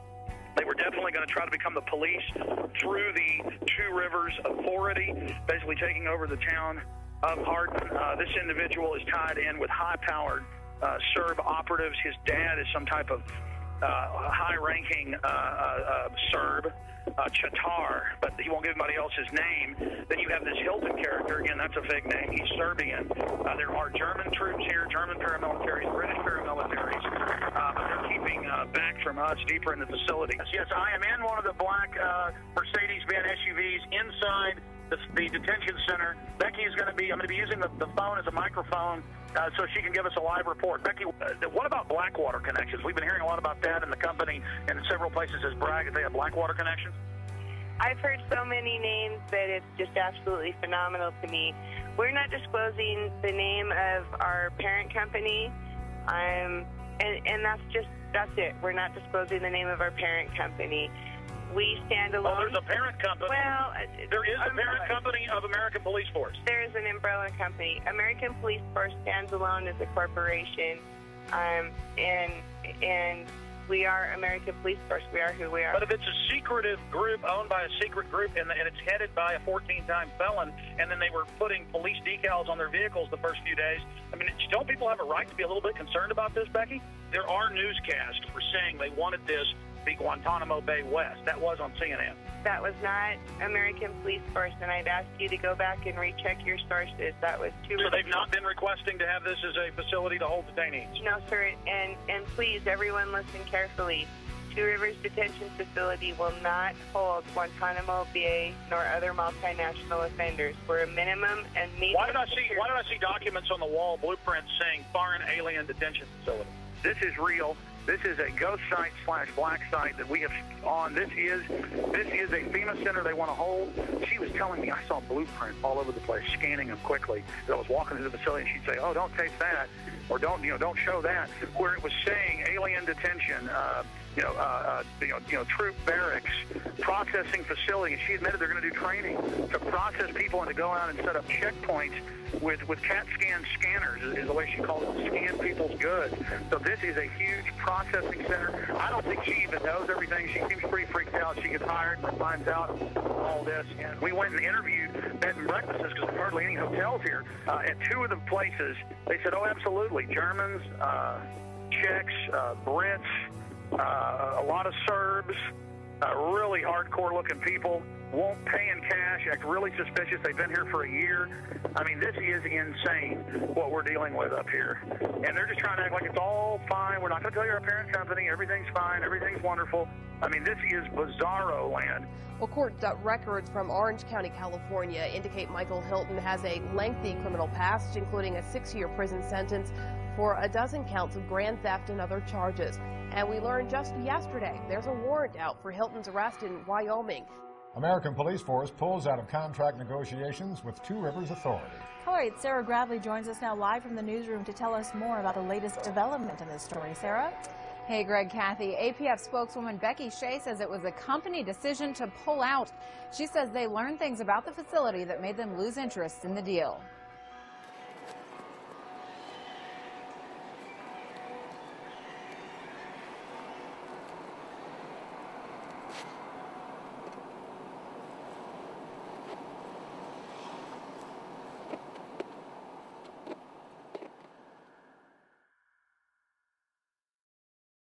We interrupt our regular program schedule for a special report. Here is Wall Street Journal. KBR awarded Homeland Security contract worth up to $385 million to build 3 1 million person FEMA camps in the United States. It says the ICE detention and removal operations program can be used for illegal aliens and for U.S. citizens and for other emergencies. Here's the New York Times. Halliburton subsidiary gets contract to add temporary immigration detention centers. Just like under Rex 84, the documents came out in the 80s. They said the cover would be for illegal aliens, but it would be really a martial law takeover plan and to suspend the Constitution and take over the media. So there's the New York Times we have saved up on prisonplanet.com. Also, George Bush reopened all the Japanese and German prisoner of war camps in the U.S. and put water in, light in, and then just have them set up and ready. That was in the CBS News. Bush to preserve World War II internment camps. So there's that article. Pentagon paying for fake news in the U.S., White House paying for fake news in the U.S. It's now in the tens of billions every year. This is what's going on. The fake news reports they produced and put on radio and TV that were made by the government. I've had Congress people on talking about how it's illegal, the fake news. All of this is being done. Fake polls, everything. How are they preparing the public? When I saw this at the time, I saw Tommy Franks and Cigar Aficionado. I saw Tommy Franks on CNN, Fox, MSNBC go, gee, I'm real sorry about this, but one more big terror attack, we're going to have a military form of government and martial law. I'm real sad about that, but that's what the American people are going to demand. That's the only thing that'll keep them safe. Now, you don't expect him to come out and say, gee, we're going to have a military dictatorship. Militaries throughout history love taking over societies 99% of the time, and America's just been in the exception. No, he's got to introduce it like, gee, shuck, I'm real upset, but it is the only thing that'll keep us safe. The Constitution won't survive a WMD attack. And I said at the time, I said, he is part of the Pentagon's billions in fake news. That's illegal. The General Accounting Office has already ruled that they're paying off reporters and people to go on TV. I said, I bet my bottom dollar Franks is being paid off. Now they're rolling them out in the news. The camps will be for you when you're starving during the collapse of society, which is what the IMF and World Bank have done to countless third world countries, and their own documents say they want to do it here. They have to fully bankrupt you so they can consolidate everything with the tens of trillions of fiat currency they're holding and hoarding of taxpayer money. And then once the riots start, which they're trying to push, they have Zbigniew Brzezinski on MSNBC, we played that the other day, saying, I'm really worried about these bankers. They're going to cause riots nationwide. Millions and millions of unemployed. People really facing dire straits. And we're going to be having that for some period of time before things hopefully improve. And at the same time, there is this public awareness of this extraordinary wealth that was transferred to a few individuals. And you sort of say to yourself, what's going to happen in this society when these people are without jobs, when their families hurt, when they lose their homes and so forth? As if he isn't one of the engineers of it. See, they know they've got revolution on their hands. They know that we did our job warning the people and exposing what was happening and putting all this information out, and people found out it was true. Here it is. This is from my film, The Road to Tyranny. I have 18 hours of this. I have them training all over the country. I have them teaching police to arrest anybody with a get us out of the UN sticker. This is what's been going on. Here it is. You're damn right, because think about the Christians, okay? Do you accept Jesus Christ, your Lord and Savior? No. What did they do? They took your head off. They beheaded you if you didn't accept Jesus Christ, your Lord and Savior. See, this is reality. Yeah, they're terrorists. But the bottom line is, to them, they are not. When people are passionate about what they believe in, they become a very difficult enemy to beat. Who was the first terrorist organization in the United States? Who? Founding Fathers. You mean Thomas Jefferson? Look at this guy. He's talking about the founding fathers and people that are committed. He's talking about constitutional terrorists before that. The cops are so conditioned, they say, who are the terrorists? Who are the first terrorists? The founding fathers. They all know. They all say founding fathers. They've already been taught this many times. He says that's a very difficult enemy to beat. No, you are the enemy when you become an enemy of the Bill of Rights and Constitution and let foreign bankers take us over. Play it again.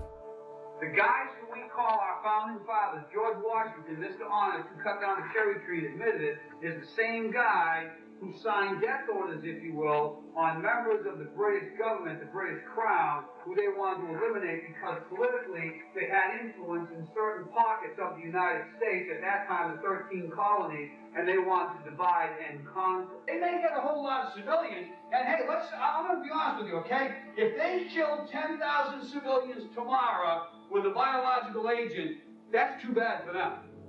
You see, it was all about Bush was going to do this. No, Bush was a puppet. Just like Nixon and Carter and Reagan and Bush and Clinton and Bush and Obama, they're just puppets, and we always obsess over them, and the media acts like they're running something.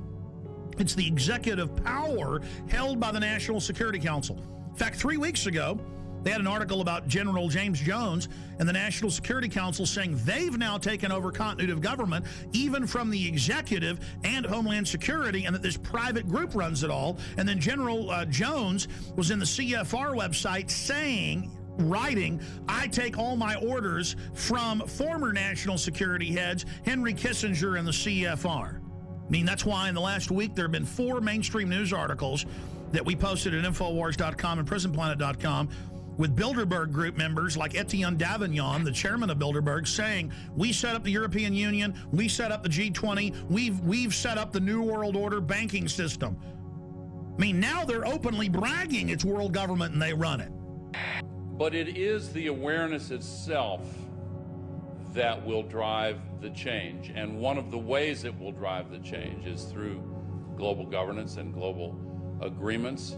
But the many business leaders who have been present here are among those taking leadership in other ways. Yet these problems can be overcome by a joint effort in and between our countries. 2009 is also the first year of global governance, with the establishment of the G20 in the middle of the financial crisis. The climate conference in Copenhagen is another step towards the global management of our planet. This is collective action, people working together at their best. I think a new world order is emerging, and with it the foundations of a new and progressive era of international cooperation. And then if I dare talk about it, they go, oh, shut up, Jones. You crazy nut, none of that exists. And if you talk about it, you're going to cause violence. Just give in to the New World Order, roll over to it, hand your guns in. Let's start with the airport adventures, which they now admit are going nationwide with the Viper teams at bus stops, train stops, the streets, shopping malls, random vans, sending you through body scanners, biometrically scanning 360 your naked body. Now, I've seen more in-depth images by the actual companies where they can zoom in on pores. Okay, so they're showing you a low-res image, but totally naked, your family, it's child porn, they don't care. Now, if you take a picture of your 2-year-old daughter in diapers, and this made ABC News and CNN, the children's bottoms weren't even seen, but because the children had towels around them hugging. That was a 3-year-old and 2-year-old. They were arrested. Their children were taken. So that's things that aren't bad are called bad. But then the government recording your naked wife, you, your children, and now they're going in at all major airports, 214, and people in Houston are being forced through them, but people are refusing and saying, no, you perverts, you're not going to do that. So Aaron Dykes and Rob Dew, back from 6 days of adventure with the police state in Canada and the U.S., tell us what happened. Well, I got hit up first. This was in D.C. flying to Detroit. Because you got long hair. You get pulled out every time. Some kind of Al Qaeda. But Aaron was already through security, and I walked through, and they go, oh, sir, can you step in here? And I said, so what's that? And they said, oh, this is our RFID scanner. And I said, no, I'm not going in there. And what do you mean? And I said, I'm not going in there. I said, I don't agree with that. And they said, oh, well, it's voluntary. I said, well, good, I'm not doing it. Yeah, but so that's like SeaWorld made you thumbprint at first. It was voluntary. Now it's mandatory. It's like dog training. Passengers describe a terror attack and the arrest of a suspect who tried to blow up a plane as it landed at Metro Airport. We heard a loud pop, then a bit of a smoke. Sounded first like a balloon being popped. All of a sudden, heard some screams, and flight attendants ran up and down the aisles, and everything's crazy. People are screaming. There's fire on the plane. So there was a lady shouting back, and she was saying things like, what are you doing? What are you doing? And at that moment, I was sure I was going to die. And we're learning tonight more about the suspect. Let's get to Fox News' Andrea Isom. She begins our team coverage. She is live at Metropolitan Airport. Andrea?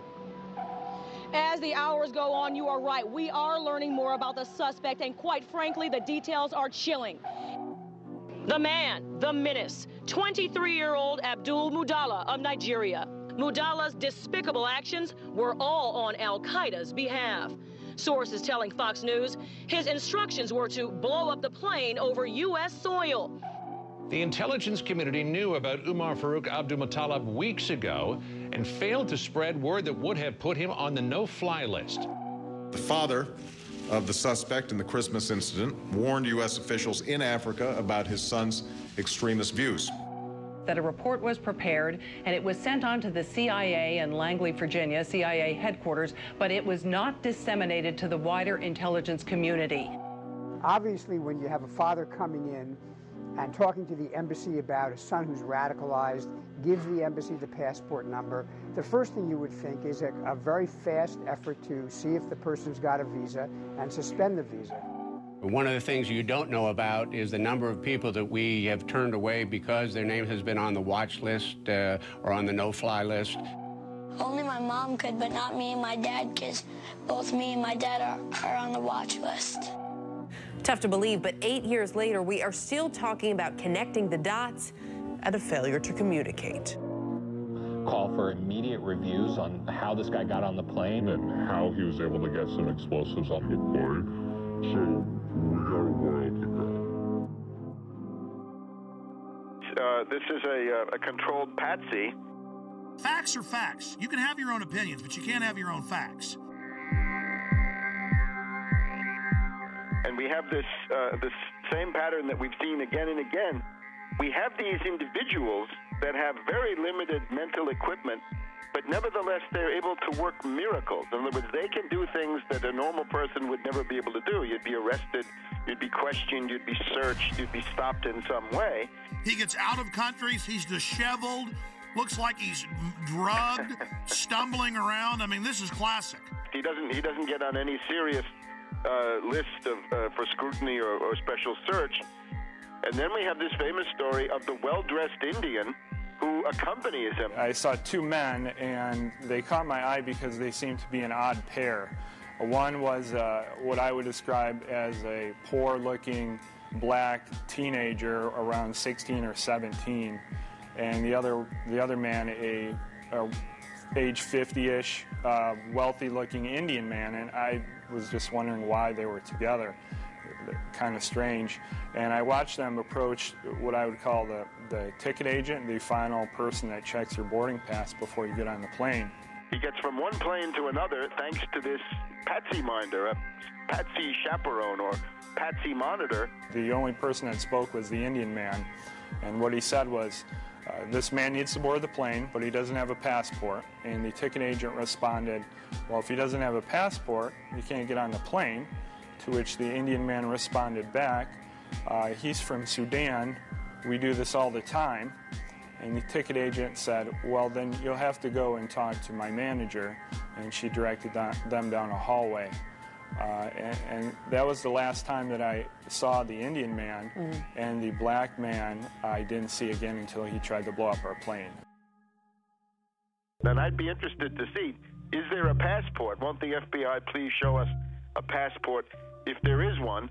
They won't release the videos from Amsterdam. I mean, this is suspicious. Oh, yes. I think it's beyond suspicious. It's a clear case of a patsy. So he's a controlled asset.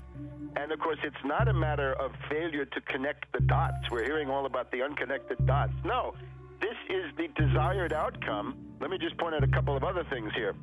We're told that this alleged bomber, right, Knicker bomber, whatever they call him, he was in contact with this character Awlaki in Yemen. And, of course, this Awlaki, I call him Awlaki the CIA lackey. Awlaki the lackey, and remember, he's a CIA lackey. He's a double agent, a triple agent, if you want.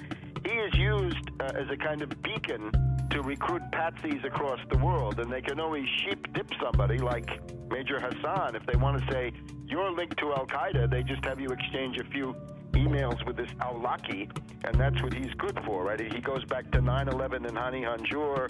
So this guy is he's a U.S. agent under whatever layers of garb that he's got. The other thing is, how was this young patsy Omar Farouk Muttalib? How is he radicalized? And I think we're getting some pretty good indications that it's this Brixton Mosque, Finsbury Mosque axis in London, the school for patsies, the British patsy. Which, by the way, 6 months ago, I remember it, you predicted we'd see plane bombings out of that mosque. This is not so hard to do. Remember Richard Reed, mentally retarded vagrant who was sleeping on the floor of Brixton Mosque, I think. He was given the same PETN explosive by somebody, so that's what this Omar Farouk was given then, allegedly, once again in Yemen. So you can see it fits together, and it all comes from these same places. There are reports today that the Christmas Day body bomber met with an American-born radical cleric, Anwar al-Awlaki. He's believed to be living in Yemen, al-Awlaki is. He's not only been linked to al-Qaeda in the past, but he reportedly exchanged emails with the suspected Fort Hood shooter Nidal Hassan before that shooting massacre in Texas. I would also point out that the security company at Schiphol Airport is ICTS, which is a Israeli-owned firm. They were the same firm that allowed Richard Reed, the shoe bomber, to board the flight, the American Airlines flight to Miami. Same explosive material was found in his shoes as was found in Mr. Muttalib's underwear. They ignored the threats on purpose. Obviously, this, we had a lot of people sitting at home over the Christmas holidays, families gathered around a television set. Another terror attack, huge problems for travel now. When we talk about screenings at the airport and other protective mechanisms along the way, what should we be doing that clearly we're not? The scanning machines that we currently are beginning to deploy in the U.S. that would give us the ability to see what someone has concealed underneath their clothing. These body scanners are the key with, like, these different psychological syndromes where people serve the abuser. Yeah, because that's what you have to get in as to where this is going. It's not fun. It's degradation. It's the dehumanization of the individual. So really, what they're telling you is not only do you not own your body, you own nothing. You don't even own the patents to your own genes. They're telling you you're a piece of property. What do they do when you first come into a prison? They strip you and do a medical exam to humiliate you. They hose you down in front of other prisoners and they laugh at you, make jokes about you. When Aaron went through, it was even worse because I was behind him. Yeah, I went through. He told me to go through the scanner, and I said no. He said, "Why aren't you going to do it?" I said, "It violates my privacy." And this is what happened. This guy got scared. This guy was physically bigger than me. He was athletic. He started shaking when I said no. You think it doesn't matter to... Well, because it's a delusional world. He thought he'd found a real terrorist. Yeah. He was shaking, visibly shaking when I said no. And he tried to trick me to go through it again and told me they were going to body wand me, which they ended up doing. And then he tells me, oh, because I don't like it because it violates my Fourth Amendment, I read too much. Oh, you're one of those who reads too much. And you said he put his hands on you. Oh, yeah. Oh, yeah, he grabbed When I said no, like this. He started shaking. He didn't know what to do, and then his first flinch reaction was to grab my arm and try to pull me through the scanner. It was absolutely crazy, and you got women apologizing to the agents. I'm so sorry, I forgot my mascara and my lipstick. And the Fourth Amendment says if you're going to search, you're not only going to have a warrant, you're going to say specifically what you're looking for. But it's not specific. It's liquids, it's lipstick, it could be shoes, it could be... Breaking the will of the people. The real purpose of body scanners, and you scroll down, it shows the Nazis and others strip searching women in World War II. I'll tell you what I would do personally. I would just take photographs of all the mass graves of World War II and the Soviet Union, of all the naked bodies, and have big placards of that. And Genius! And saying, we're not going to end up like this. No, thank you. Great idea, pointing out that they always strip you down before they kill you. I mean, it's a real act of submission. Do you agree with me that this, telling everyone you will be naked body scanned, is a key point in our conditioning and we must resist it? Oh, absolutely, absolutely. It's an ongoing process of personalization, dehumanization, and getting the public to accept the fact that they're nothing but cattle. Once you're on the plane, you're coming into Detroit, what happens next? The pilot comes on the speaker and he says we have 10 minutes to landing. Flight crew, take your seats and buckle up. a flight attendant walks by my seat, mumbling to herself, "Something smells like smoke." I looked up. I'm in row 27. I could see smoke coming from row 19, 8 rows up.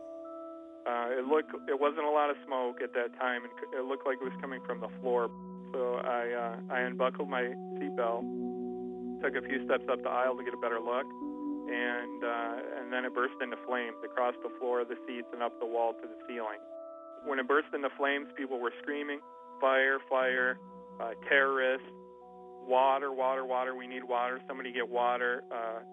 Flight attendants were screaming. The pilot comes on the intercom and says emergency landing and starts speeding up. And while this is going on, the terrorist man's being hauled off into the first class area by a couple passengers. We are 5 days into this, and we've not seen any surveillance footage. The media doesn't seem concerned about eyewitnesses seeing a man videotaping the whole flight aimed at this guy. When we first took off, I noticed about 10 seats ahead of us to the left-hand side, he had a camcorder, and I didn't think much of it. I thought maybe this was his first flight and was just excited. And then when the actual incident occurred, I looked up, and he was the only one standing and filming the entire thing. That's obvious, an accomplice or a handler or something. We've got this other guy getting him through security. I mean, any other comments? When we were being detained in Detroit, we were held in an area of a baggage claim area. Then all the passengers from our flight, there was nobody except for some law enforcement personnel. After we had been there for about an hour, all the time with our carry-on bags, 3 bomb-sniffing dogs were brought in. One of them sat down by the bag that was brought in by the man in orange. He had an orange. He appeared to be of Indian or Pakistani or some similar descent, maybe around age 30. He was walked back to a room, not in handcuffs. He went in the door. He was in there approximately an hour. When he came out, he was handcuffed, taken away. An FBI officer came up to the group of the rest of us passengers and said the following, which is not exact, but close. "You're being moved to another area. It's not safe here. I'm sure all of you saw what just happened and can figure out why you're being moved." We were taken to a customs area, and they brought bomb dogs in, checked all the luggage with that. Another person was taken aside and handcuffed and brought out, and we were moved into another room for safety reasons, they told us. My story on this has been the same all along, and the FBI now has 5 versions of their story, which I clearly lay out with a time period and with each version, and they're not credible. There is absolutely no excuse for the reason why. Number one, we were left on the plane for 20 minutes, not knowing if there was another bomb there. Number 2, security allowing us to take our carry-on bags off the plane, and we stood there with all of our bags together for an hour until the bomb-sniffing dogs arrived. And then, after they found one, well, then we're moved to another area, and now they don't want to talk about the man who was taken away. You were there. They didn't stop him for immigration violations. The dog went over and sat down in front of his bag. The alert for explosives. Right. Exactly. Unless this is a passport-sniffing dog. This is a huge story, one of the biggest out there. The FBI is on this full time. They know what's going on. Why are they being dishonest? And how do we investigate this when the investigators themselves are engaged in clear obstruction of the truth? I don't know how else to take it. It's either utter incompetence or intentionally hiding something, and I don't know how to take it. And still, we're now, 8-9 days into this, and we still haven't seen the Amsterdam footage. Well, and also, why aren't we seeing the video of when he's going through metal detector, passport check, and boarding? This is a modern airport. You'd think they would have video of all this of some sort. They didn't say, "Oh, we'll look at that." They just said, "No, there was no one helping him," which is very suspicious, instead of just putting the footage out. If somebody robs a bank or holds up a gas station, well, there's video footage of the incident on the 11 o'clock news, usually that very night. If I'm not correct, well, show the video. What are you hiding?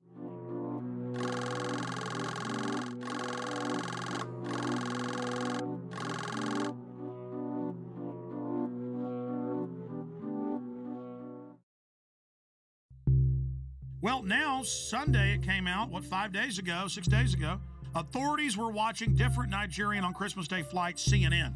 What a way to take a huge issue and just kind of put it out there like it's milquetoast. Okay, there was somebody else. Yeah, they did arrest him, but we're not going to talk about it. Kurt, there's a definite cover-up, and you've been vindicated in triplicate. Not only that, but I don't know if you caught the ABC News article that came out over the weekend. There were a couple sentences snuck in the bottom of this article about female suicide bombers. I don't know if you caught this. No, tell us. I'll read it to you word for word. Federal agents also tell ABC News they're attempting to identify a man who passengers said helped Abdul Muttalab change planes for Detroit when he landed in Amsterdam from Lagos, Nigeria. Authorities had initially discounted the passenger accounts, but the agents say there is a growing belief the man may have played a role to make sure Abdul Muttalab did not get cold feet. Oh my God, you've been vindicated by them on that. But obviously they think the trail's cold now. They have all the surveillance footage. They were involved in a cover-up. Kurt, this is huge. Well, that was my take on it, but unfortunately for ABC News, they buried it in the bottom of a seemingly unrelated article about female suicide bombers heading here from Yemen. Why is this not front page news everywhere, number one? Number two, why are you burying it at the bottom of this article? Number three, why did you initially discount my story to begin with? It's not like I'm not credible here.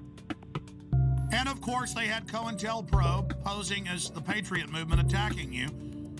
All the usual suspects. I mean, it never ends, Kurt. We are, of course, going to get into the top story today. In plain view, as if it's no big deal, DetroitNews.com. Okay, it was a U.S. government agent that was the smart-dressed man that led Umar Farouk al-Matab, or the underwear bomber, on to the aircraft in Amsterdam. After a month plus of lying and saying that no such man existed, and saying no one else was pulled off the plane in Detroit, supposedly with a bomb. Now they've admitted that happened as well. Kurt Haskell, the lawyer, and his lawyer wife, they've both on record have been proven right with other witnesses. And you add how they were already getting in Yemen. That's now confirmed. Washington Post. They were planning to already launch a bigger attack, 2,000 troops there. And then right on time, right as the body scanners were scheduled to go in January nationwide. That was already scheduled, folks. They're saying on the news, oh, now we're doing this. Now, I went and looked it up. They were scheduled to go in the additional 214 airports. They were in less than 20. So although we have acquired these machines, they are not as widely deployed as they should be. In your current role as a consultant, do you have an interest in body scanners? We consult with all kinds of firms, including firms that do manufacture body scanners. You do have some interest in more sales of body scanners. As well as a lot of other security measures. But I would point out that I've talked about this for probably the last 3 years. Read what the scanners do to your body. And the TSA guys, again, you need to know why you're going to be dying in 5 years of cancer. Go ahead. And then we find this article about terahertz waves, which is what they use to do this scanner. This came in today. And according to one of their studies, I'm just going to read this real quick. Terahertz waves are in the electromagnetic spectrum between microwaves and infrared, and they pass through non-conductive materials such as clothes, paper, wood, and brick. They say the forces that are generated by these THZ fields are tiny and resonant effects that allow the THZ waves to unzip double-stranded DNA, creating bubbles in the strand that could significantly interfere with processes such as gene expression and DNA replication. So step in the microwave.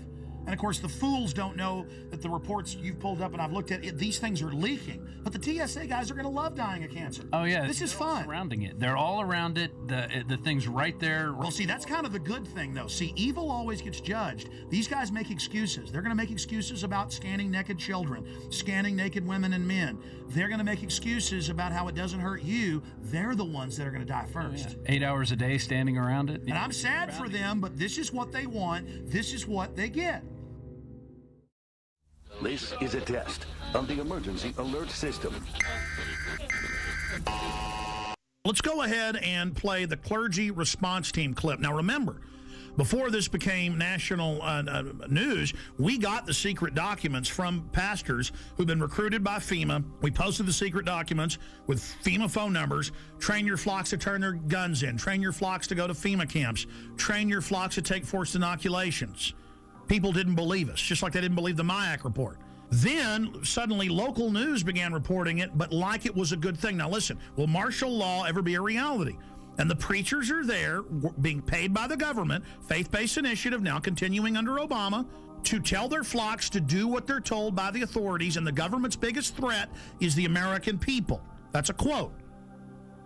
So this is specifically the pastors getting ready for us to go to FEMA camps. And there's thousands of pieces of evidence like this, and Glenn Beck's saying it doesn't exist. Here it is. Law ever become a reality in America? Some fear any nuclear, biological, or chemical attack on U.S. territory might trigger just that. And as KSLA News 12's Jeff Farrell discovered, the clergy would help the government with potentially their biggest problem, us. From my cold, dead hands. Charlton Heston's famous declaration captures a truly American value, the overarching desire to protect our freedoms. But gun confiscation is exactly what happened during the state of emergency following Hurricane Katrina in New Orleans. U.S. troops also arrived, something far easier to do even now thanks to last year's elimination of the 1878 Posse Comitatus Act. That forbid U.S. troops from policing on American soil. If martial law were enacted here at home, like depicted in the movie The Siege, easing public fears and quelling dissent would be critical. And that's exactly what the clergy response team, as it's called, helped accomplish in New Orleans. Jeff, the primary thing that we say to anybody is let's cooperate and get this thing over with, and then we'll settle the differences once the crisis is over. Such clergy response teams would walk a tightrope between the needs of the government versus the wishes of the public. In a lot of cases, these clergy would already be known in the neighborhoods in which they're helping to defuse that situation. For the clergy, one of the biggest tools that they will have in helping calm the public down or obey the law is the Bible itself, specifically Romans 13. Because the government is established by the Lord, you know, and that's what we believe in the Christian faith. That's what's stated in the Scripture. Civil rights advocates believe the amount of public cooperation may depend largely on how long they expect a suspension of their rights might last. And see, here is Mother Jones. Should Obama control the internet? It says right here, Senator John Rockefeller, goes by J. Rockefeller, has announced they need to end the internet, that it's bad, and that private companies will have government hubs tied into them to snoop on everyone without warrants and to be able to shut down the web instantly. See, right now the government has to get warrants and go out and seize all the hubs. Here's another one. America's secret police. Intelligence experts warn the proposal to merge two Pentagon intelligence units could create an ominous new agency. And the head of cybersecurity just resigned 3 weeks ago, saying the Pentagon and Homeland Security are taking over the internet and it's a threat to freedom in America. So their own guys quitting, saying this takeover is happening. All the radio and TV in the nation under the emergency alert system in '96, under a federal law and executive order, FEMA is wired into the transmitters themselves and cable to take over all the systems and broadcast anytime they want. Before, the stations would tune to a signal themselves. Now that's out of their hands. All of that's going on. So see, they've got the preachers, they've got the citizens, they've got the military prepared for martial law, and they could remotely listen to you even when the cell phone's off. That's standardized the cell phones. And all telecommunications companies were given $9 billion total to put in whole floors for the NSA to move into. So the NSA doesn't tap the phone companies. They are the phone companies. Just like FEMA on all radio, TV, cable, you name it, is already in control with hubs at the transmitter site or at the satellite uplink site. The last piece of equipment. This is in my film Police State 2000, by the way. See, I was sitting there talking to the engineer in 1996 at KJFK FM, and he calls me over and goes, look at this, Alex. They're ordering us to do this. Here's all the secret documents. We're not supposed to show this to anybody. And I was sitting there reading it. FEMA takes over through this. Everything you do goes through this system. I mean, that's what you hear when it goes, bang, bang, bang. You know, this has been an emergency alert system. That is a federal test tone going via shortwave radio transmitters, dials in, and takes control of your radio station. And that's what they say right here. During emergencies, when they're rounding people up and arresting them and shooting people, their job is to keep the media shut down. They don't have to come arrest Alex Jones. They hit one button, the internet shuts off. They hit one button, In the not-too-distant future, a self-proclaimed intellectual elite will rule every aspect of our lives. People in the world are content to stay as first or second level maggots. The economy is emerging from the recession. We have to keep geoengineering on the table. Implementation depends on motivation. An alarming and possibly catastrophic disaster. Already the path has been chosen. The design set in motion decades ago. Their endgame? Complete control. Water. Air. The economy.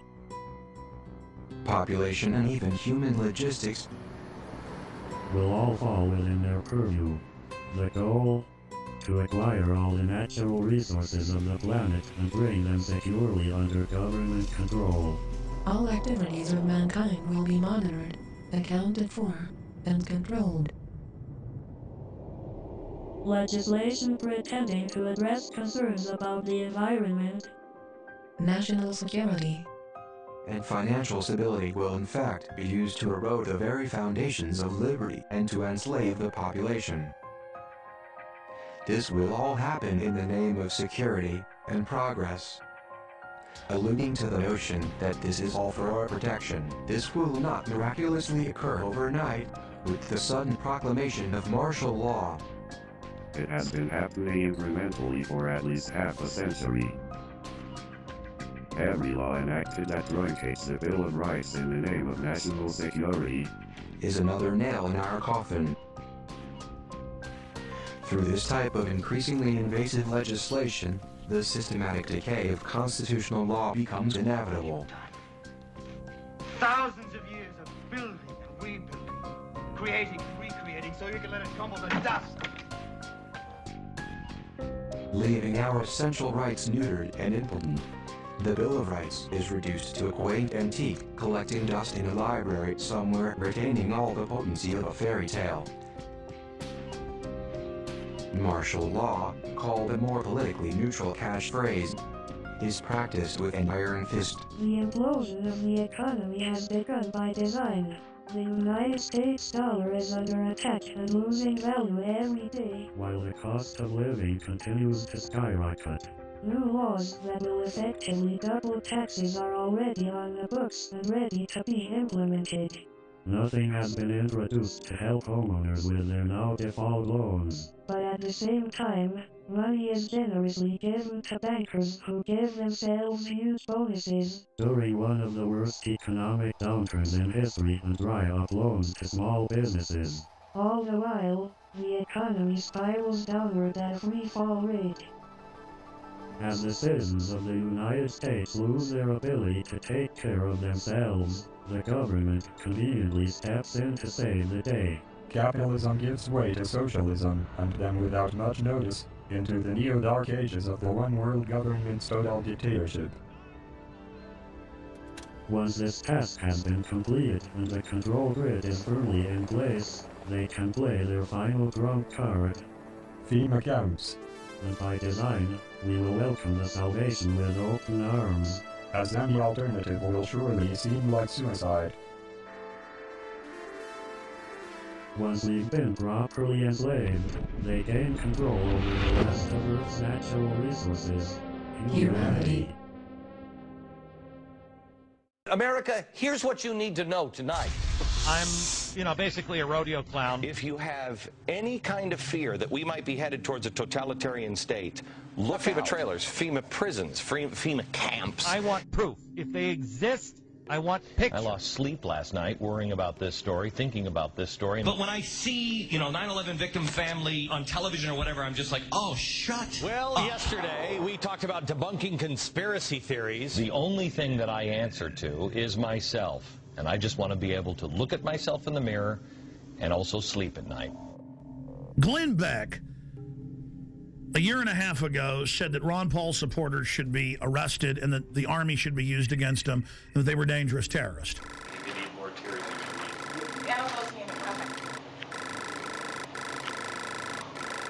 keep your eyes open. I know it's probably, like, impossible.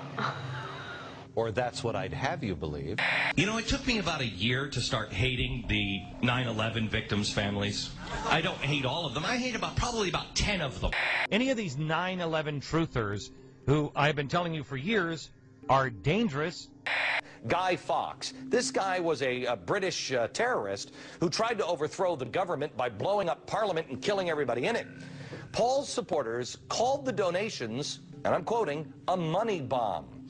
It's really not the way I would go, you know, tying my movement in with a historical terrorist attack.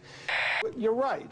There's a strain of isolationism and anarchy in the American tradition, which Ron Paul is tapping into. I think it's very significant that he chose Guy Fawkes.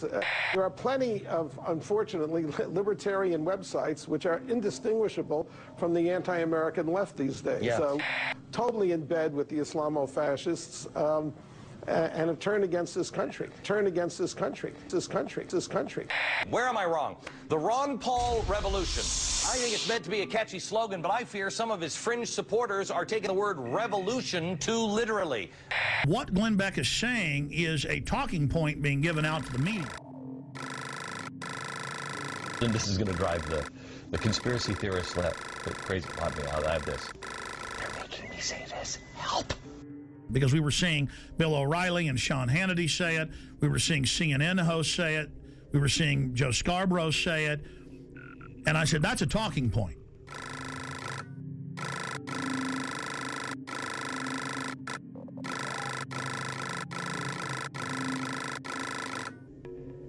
And then suddenly he started saying a few months ago, I'm going to expose the FEMA camps. If these things exist, that's bad, and we will cover it. If they don't exist, it's irresponsible to not debunk this story. We have an independent group on this program looking into it, turning over every stone. I am going to bring you this story. He announced a few weeks ago, I'm going to have Popular Mechanics, the yellow journalist, on to debunk all of this. So I asked James from Popular Mechanics to do an investigation on several projects. The first one is the FEMA camp. Yes, and so we put a reporter on this, and what's so interesting here, we're waiting to really do a definitive deep dig on this. We don't like to just come out and say, oh, we've debunked it, you know, after we've looked at it for 2 days. And how is Glenn Beck debunking it? I have predicted tonight, we'll see if I'm right, that he will do a straw man and focus on the websites that are getting it wrong. And what we did was we looked into these claims. You know, you can't go and visit every one of the 600 sites that some of these conspiracy theorists claim. So we started looking at the ones that are most popular on the internet. And I said, well, look out, folks. He's just trying to get your confidence to then discredit it later.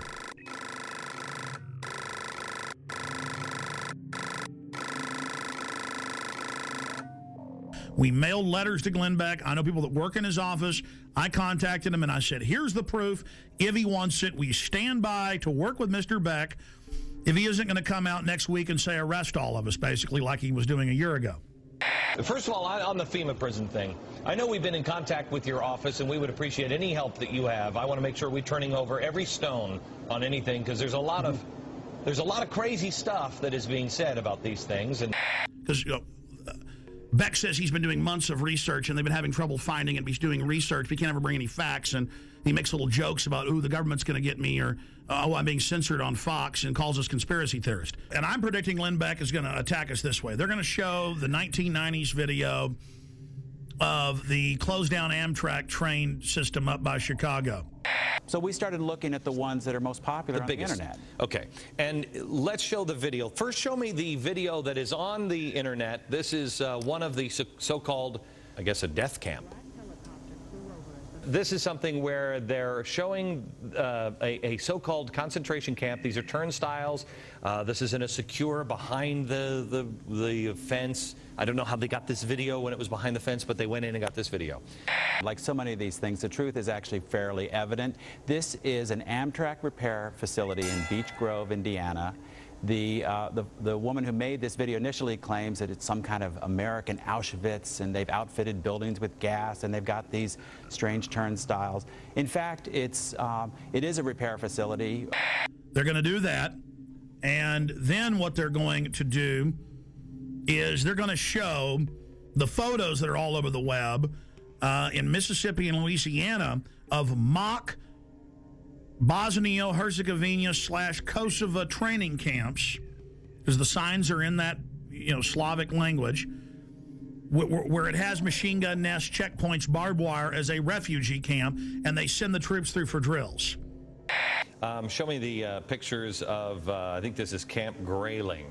Do we have the picture of the watchtowers? This is pretty spooky. This is where Americans are currently being held, I believe they're saying. Well, people say all kinds of things, and these pictures have been floating around the internet for more than 10 years. Okay. In fact, Camp Grayling is the largest National Guard training facility in the U.S. They train Army, Navy, Marines, and one of the groups they train is military police. And in fact, one of the functions they train them for is handling prisoners of war in a battle zone like Iraq. And they're going to say, see, people said this was a camp. It's not really a camp. It's a place where they're doing drills. Oh, see, this is really just an Amtrak train track. We went out there, and yeah, it's got barbed wire facing in, but it's not really a camp. Do we have the video with audio? Because if we don't, I don't really care. The video with the audio about the boarded up buildings with the gas chambers. Do you have that? In yet another fenced area, we see a large warehouse building at the end, with the electronic turnstiles in front of it. Okay.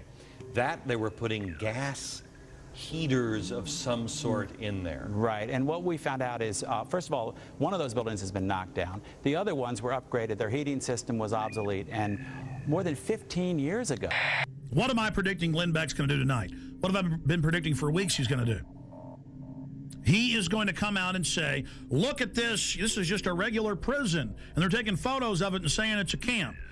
Oh, look at this. There's a kernel of truth. They have introduced a bill for during emergencies to have FEMA places for folks to go. I mean, they've got to do that, like Katrina. Oh, look at this. This is an Army training facility for a refugee camp simulation. Oh, look at what I know how they operate. I know how Popular Mechanics operates. I was right about Glenn Beck setting you up when he said he was going to expose the FEMA camps, and I said, you watch, he's going to debunk them. Well, trains, I believe Auschwitz had trains. I'm just saying, Jim. Well, once you go down that road, you can't really, if somebody's wants to be convinced of that, you can't really debunk that. I understand these people because he reads off a script, ladies and gentlemen. I know the sheet of music he's singing off of. I know the next line in the chorus. This stuff is scripted.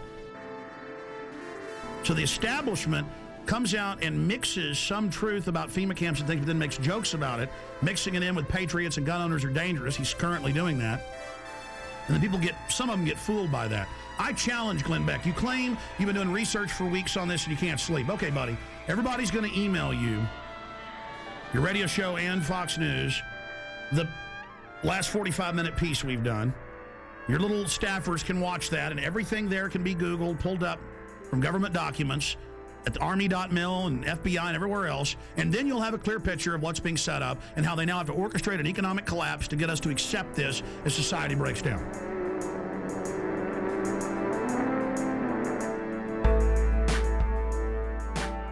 If Glenn Beck wants to know if the FEMA camps are real or not, all he has to do is go to the Army War College, the Army.mil website, the Army Times, and they say, and it's been all over the Phoenix newspapers, the police say they're ready to work with the military against the people, that their new mission is fighting the American people physically. Chaos is hanging around, from tree to the ground, and shudder from the sound. The death machine ain't slowing down, it's gaining pound for pound. A gas mask is the couture in the summer of rage. They're building mass graves within the states. You and I, they'll vaccinate. They're preparing us for an all-out police state.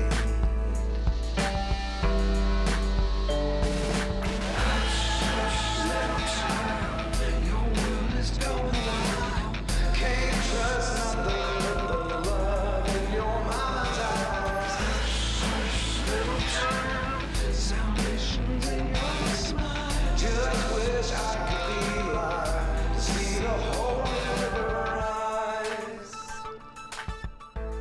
They state that Congress has no authority during emergencies and the president's basically absolute dictator. When Congress wanted to see the detailed documents, they were told you're not allowed to under national security when Congress is co-equal to the president. That is dictatorship.